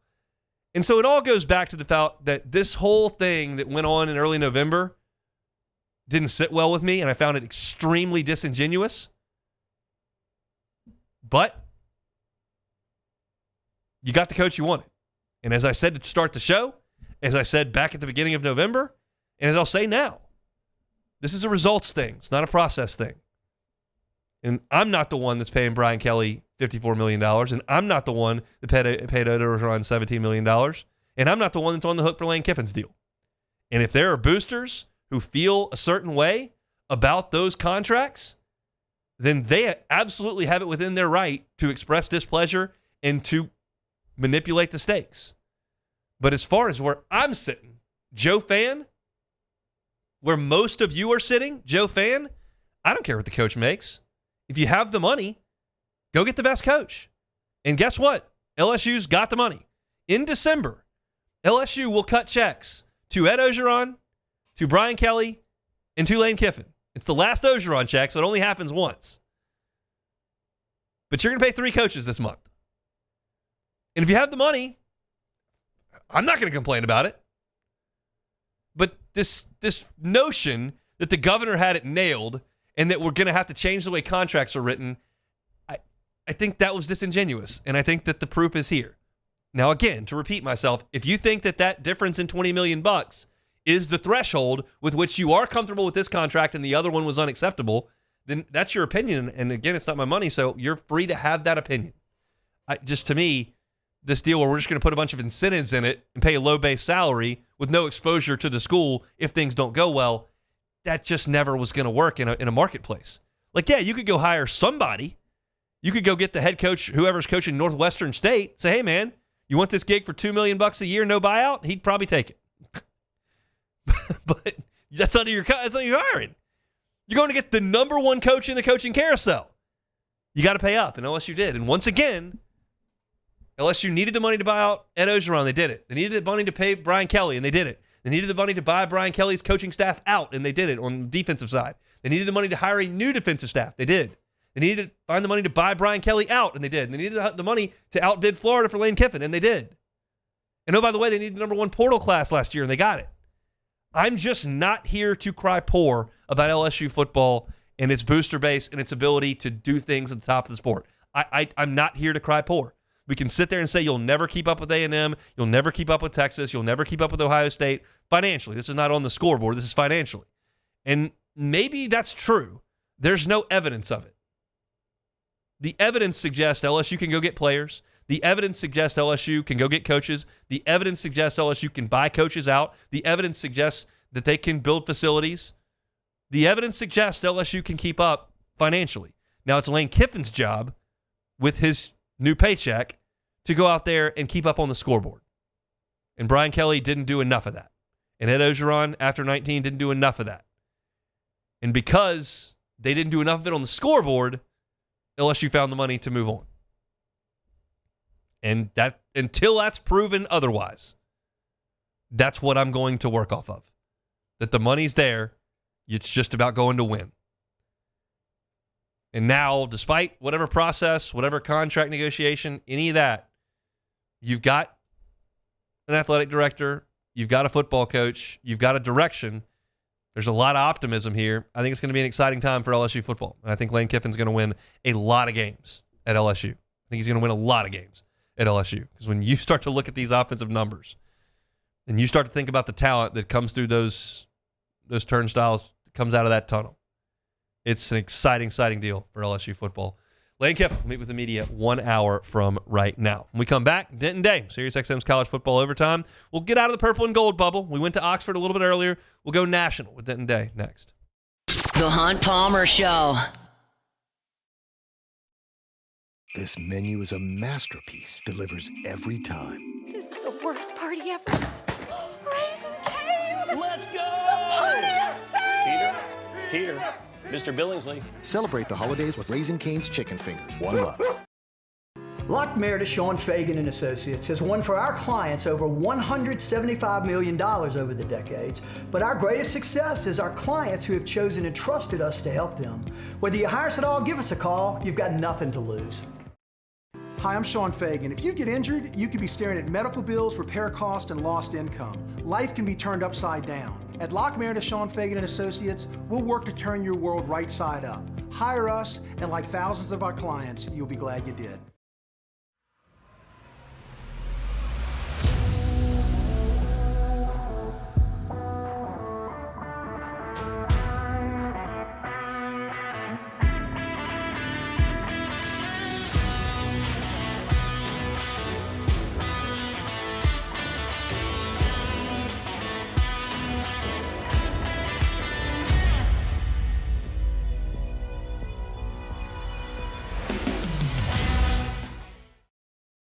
Looking for cleaner energy? Propane is energy for everyone.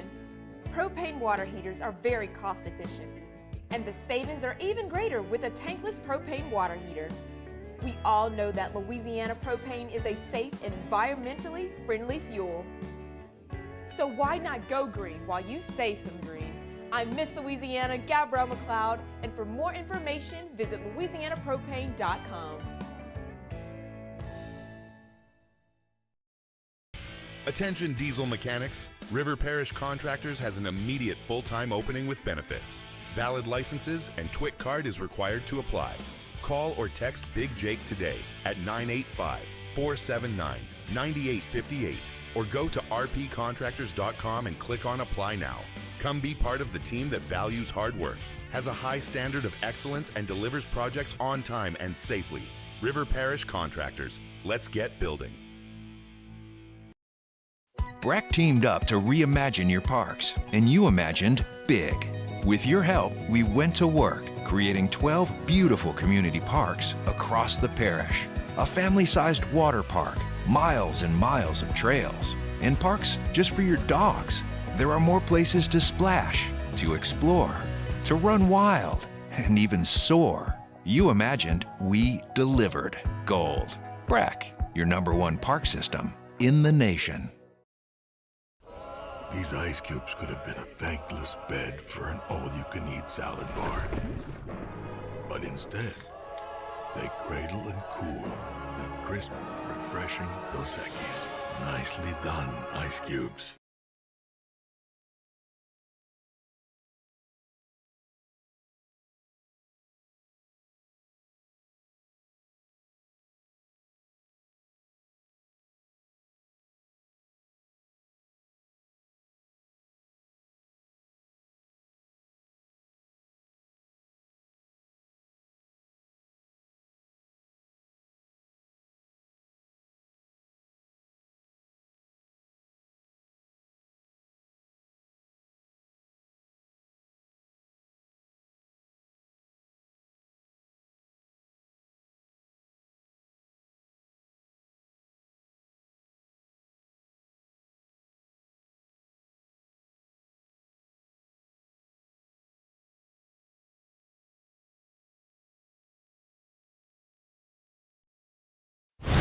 You're listening to The Hunt Palmer Show on 104.5 ESPN, Baton Rouge.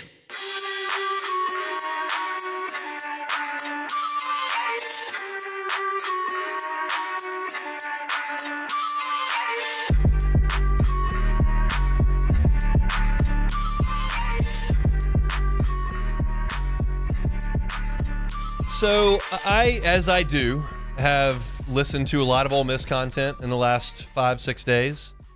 Essentially, the sentiment from Oxford is that Lane Kiffin is a traitor and a snake and a petulant child, and that Pete Golding was the face of the recruiting operation, the backbone of the program, that he's going to galvanize the team, and that the collective is going to keep humming, and that Keith Carter's the best AD, and that they've established themselves as a power program, and that everything's going to be fine. And then down here in Baton Rouge, it's, well, we stole your coach. You're going to go back to being a runt. We're going to win because Lane Kiffin's going to get all the 5 stars now, and it's going to be awesome.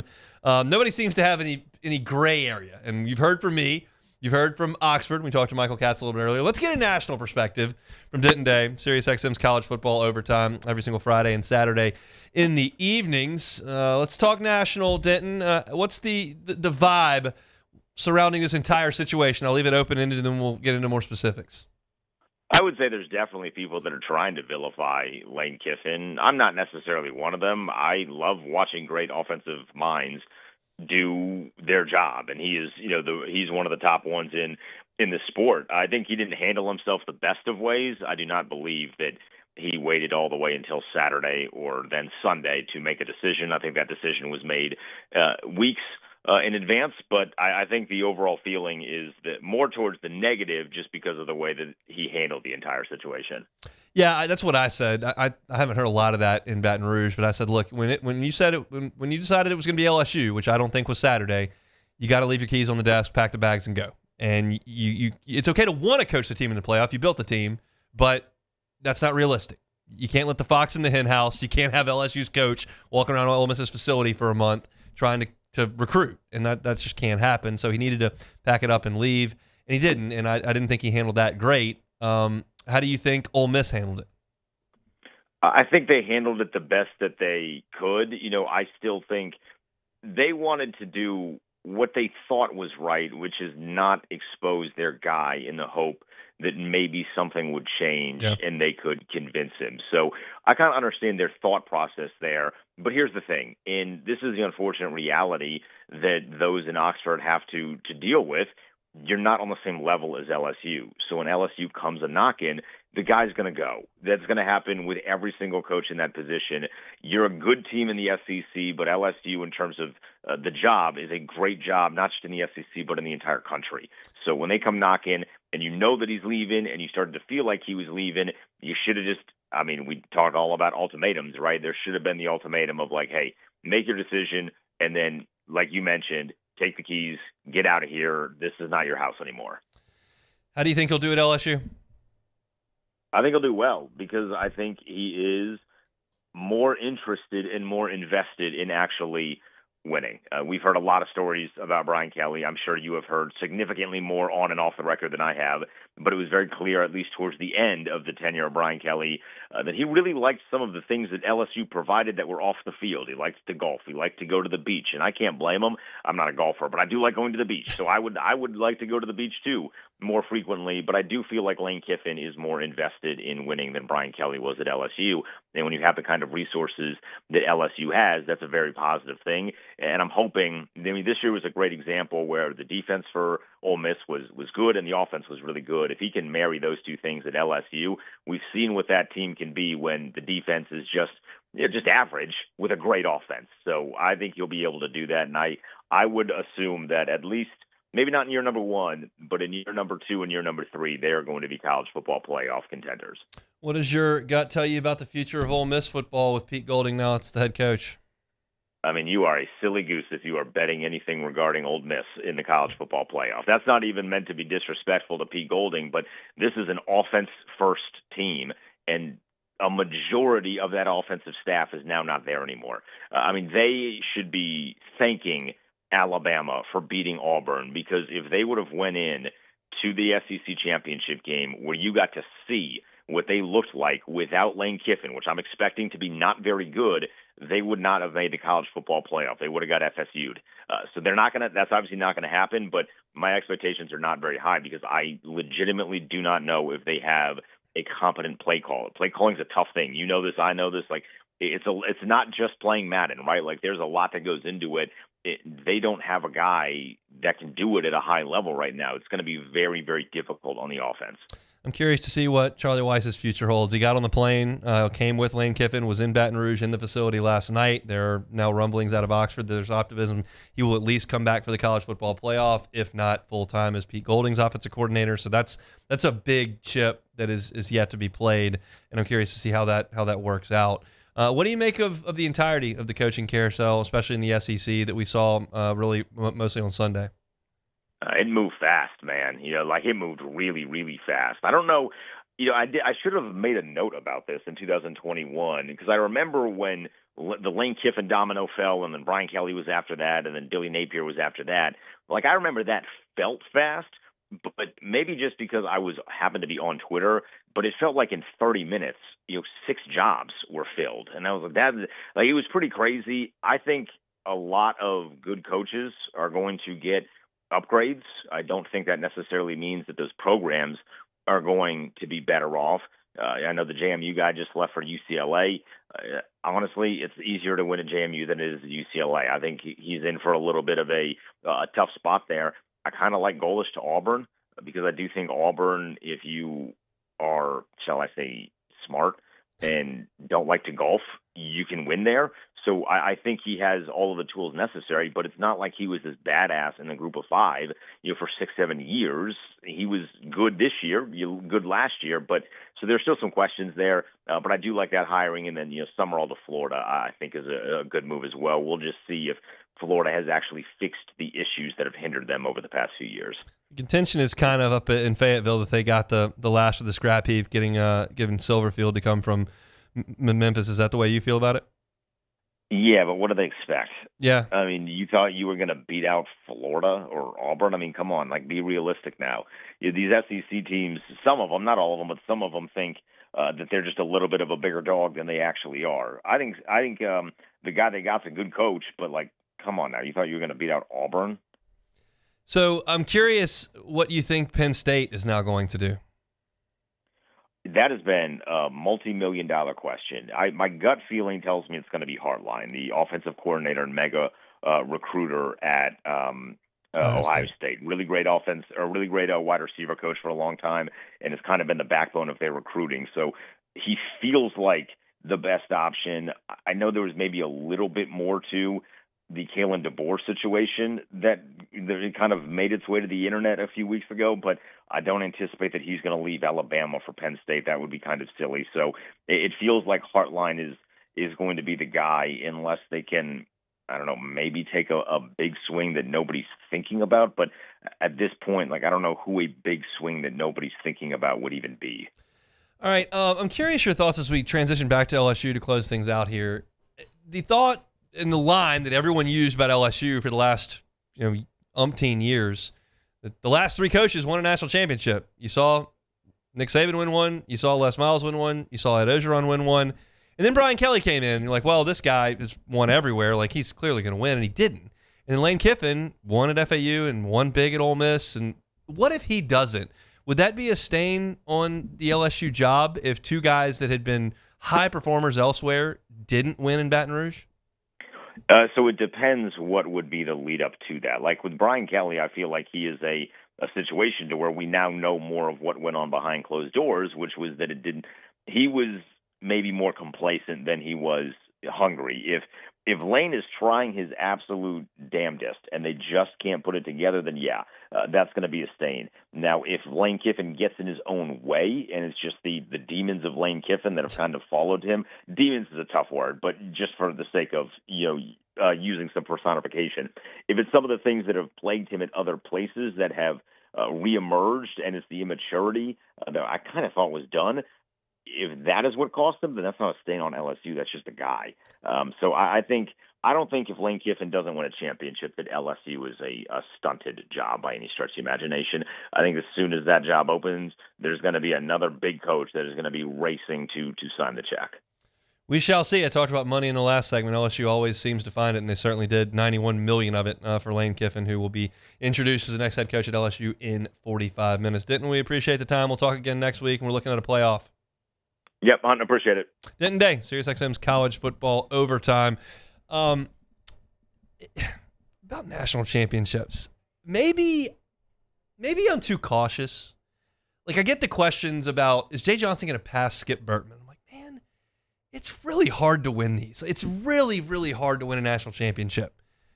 And in football, I feel the same way. Like, it's really hard to win one. It's not that hard for Nick Saban in his prime at Alabama to win one, but, like, it's really hard to win one.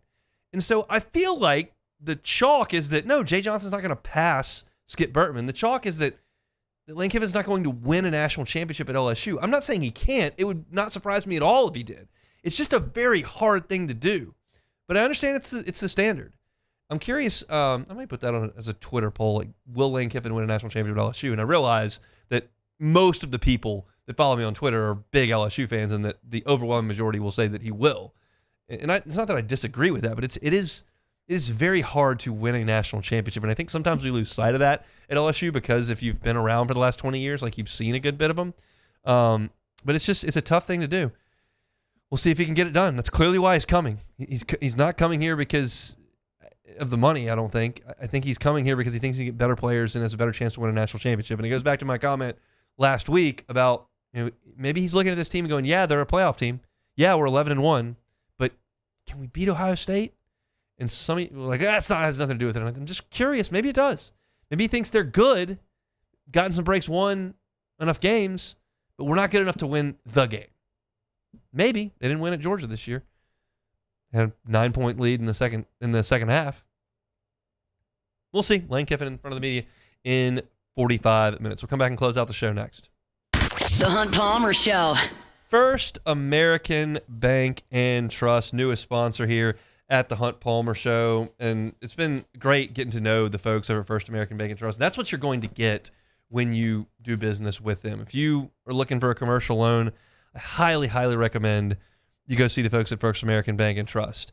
They've got 25 locations throughout Southeast Louisiana. You get 25 locations. You are a sizable operation, and they are.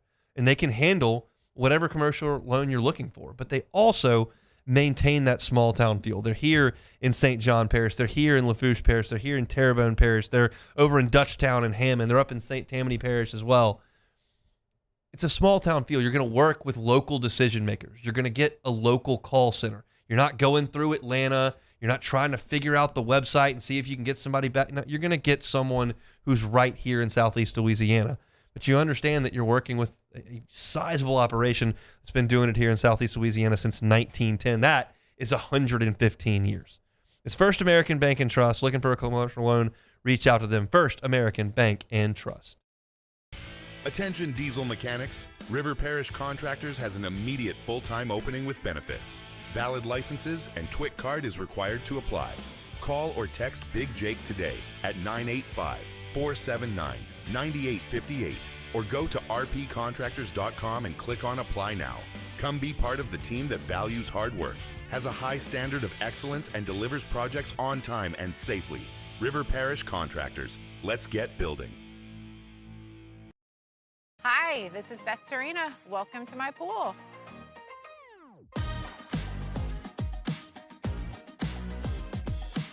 The first time I saw this beautiful pool, it exceeded every expectation that I had. They were able to get everything we wanted in this pool. It is a beautiful pool. We live out here, we eat out here, we watch TV out here. This is like our living room outside. We love this pool and everything about it. When we decided to build our pool, we called a great friend who is one of the best pool builders in the country in North Louisiana, and we said, who would you choose to build a pool in Baton Rouge?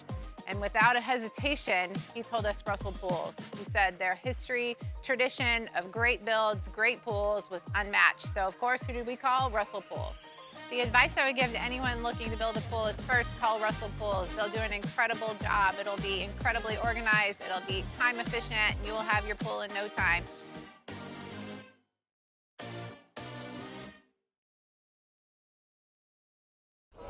These ice cubes could have been a thankless bed for an all-you-can-eat salad bar. But instead, they cradle and cool the crisp, refreshing Dos Equis. Nicely done, ice cubes. The Windsor Senior Living Community in Mandeville, Louisiana is a beautiful, vibrant apartment community geared toward seniors. They are nestled right in the heart of Mandeville, where seniors live a more carefree lifestyle in spacious apartments with the peace of mind that comes from having a little extra help. Call the Windsor at 985-624-8040 to schedule a lunch and tour. Come see how the Windsor can be your passport to peace of mind. I'm Lawyer Locke Meredith. If you're battling an insurance company because of a wreck not your fault and they're not calling you back or being fair, whether you hire us at all, give us a call, 272-5555, or email Locke Meredith, Sean Fagan and Associates. You have nothing to lose. Hello, I'm Collins Meredith. If you've been injured on the job, you likely have a workers' compensation claim, but you may also have a tort claim, which opens up significant recovery rights not normally available for a work injury. If this is you, call us or come see us at Locke Meredith, Sean Fagan and Associates. Raising Cane's is our victory meal. Football fans are some of the most dedicated fans in sports. It's a fundamental quality we share, and that fuels every single order of our hand-battered chicken fingers. You're listening to The Hunt Palmer Show on 104.5 ESPN, Baton Rouge.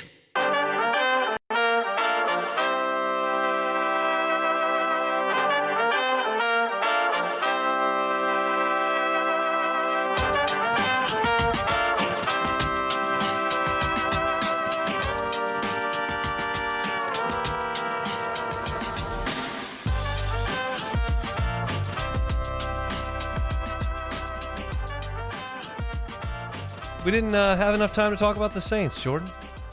You know, hon, it's a lot of things we could be talking about. Like, we could talk about the weather, you know. Weather's not great. You know, it's a little rainy, a little cold. Yeah, like, you know, we could talk about what we ate for Thanksgiving. You know, it's a lot of more positive thoughts. I had some good food for Thanksgiving. Yeah. Had some good food. Got hopefully no casseroles. Oh, there were casseroles. Broccoli cheese casserole was phenomenal. Broccoli cheese rice casserole was great. Sweet potato casserole was awesome. Yeah. Saints. I thought Chuck did some good things. Charlie Smith, that field goal would have been good from 70. Yeah. Well, we had that Groupie. Was, Groupie missing in that the dome. kick.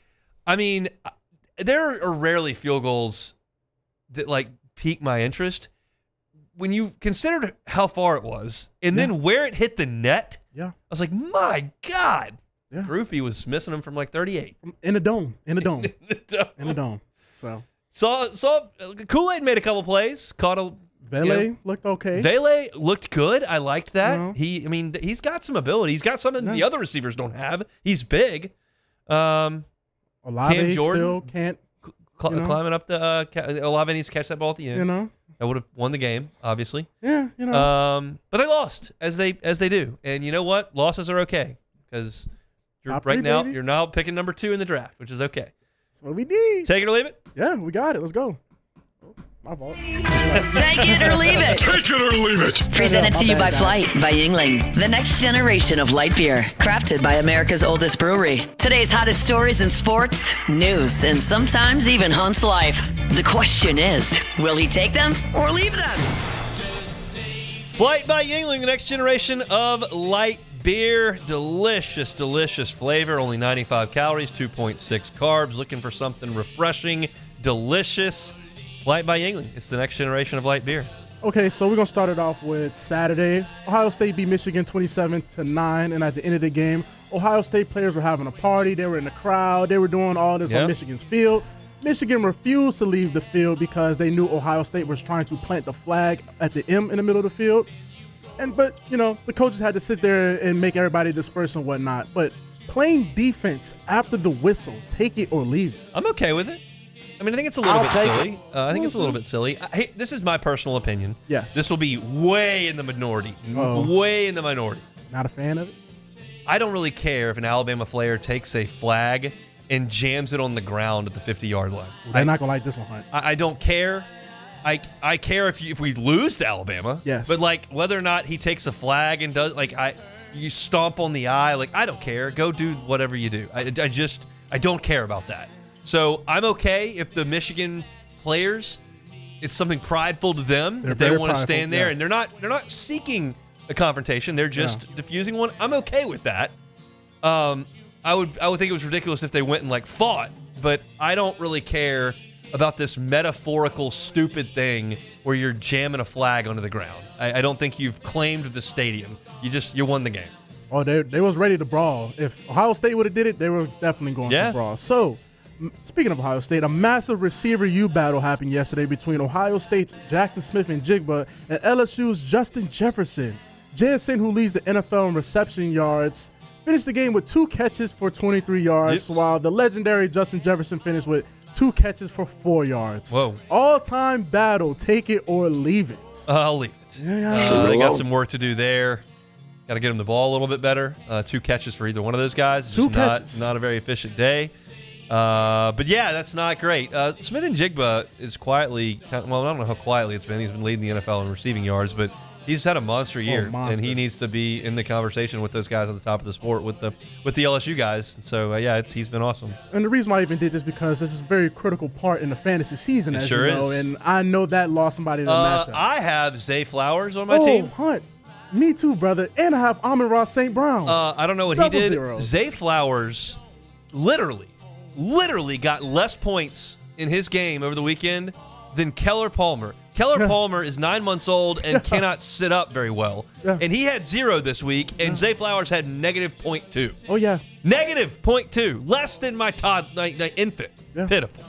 Amon-Ra St. Brown had 0, so that's why I said I had both of them as my starting Keller. receivers. So, yeah, it's real bad out here. So, apparently, Juice Kiffin, Lane Kiffin's dog account on Twitter, who he likes to troll on, get his jokes off. He does. Well, it's being reported that was never his dog from the beginning, and that Kiffin actually doesn't have a dog. Fake dog guy, take it or leave it? I'm going to leave that. It got a lot of traction. Maybe it's a PR thing to make him a little bit more humanizing. Lane's going to have a hard time coming back from this. If he wins here, the people in Baton Rouge will love him, and maybe that's all that matters. But, like, his national reputation stinks right now, and that does not matter if it doesn't affect recruiting, it doesn't affect your ability to put together a staff, and wins cure everything.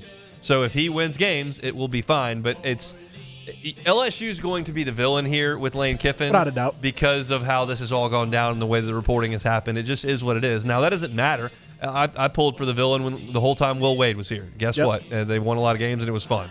It matters if you win or lose. But LSU, the PR deal for LSU for Lane Kiffin is not going to go well. Oh, yeah. It's in the mud. And honestly, I'd rather be the villain with Lane Kiffin than the villain with Brian Kelly. I'd rather get the Lane Kiffin hate than the Brian Kelly hate. That was too much. That's it for Take It or Leave It. That's it for Take It or Leave It. Busy show. Just about one topic today. There's a lot of Lane Kiffin talk. If you're looking for it, you can go catch it on demand at Hunt on LSU. You can also find our full shows archived wherever you find your sound. Just search Hunt Palmer Show. You can also find that on YouTube as well. Lane Kiffin meets with the media in 35 minutes. Matt Moscona is there in the South Stadium Club at Tiger Stadium. He will start his show coming up in 5 minutes, and then he will go to Lane Kiffin's coming up at 3:30. We're reacting to all of it on tomorrow's edition of the Hunt Palmer Show on 104.5 ESPN Baton Rouge. The Hunt Palmer Show.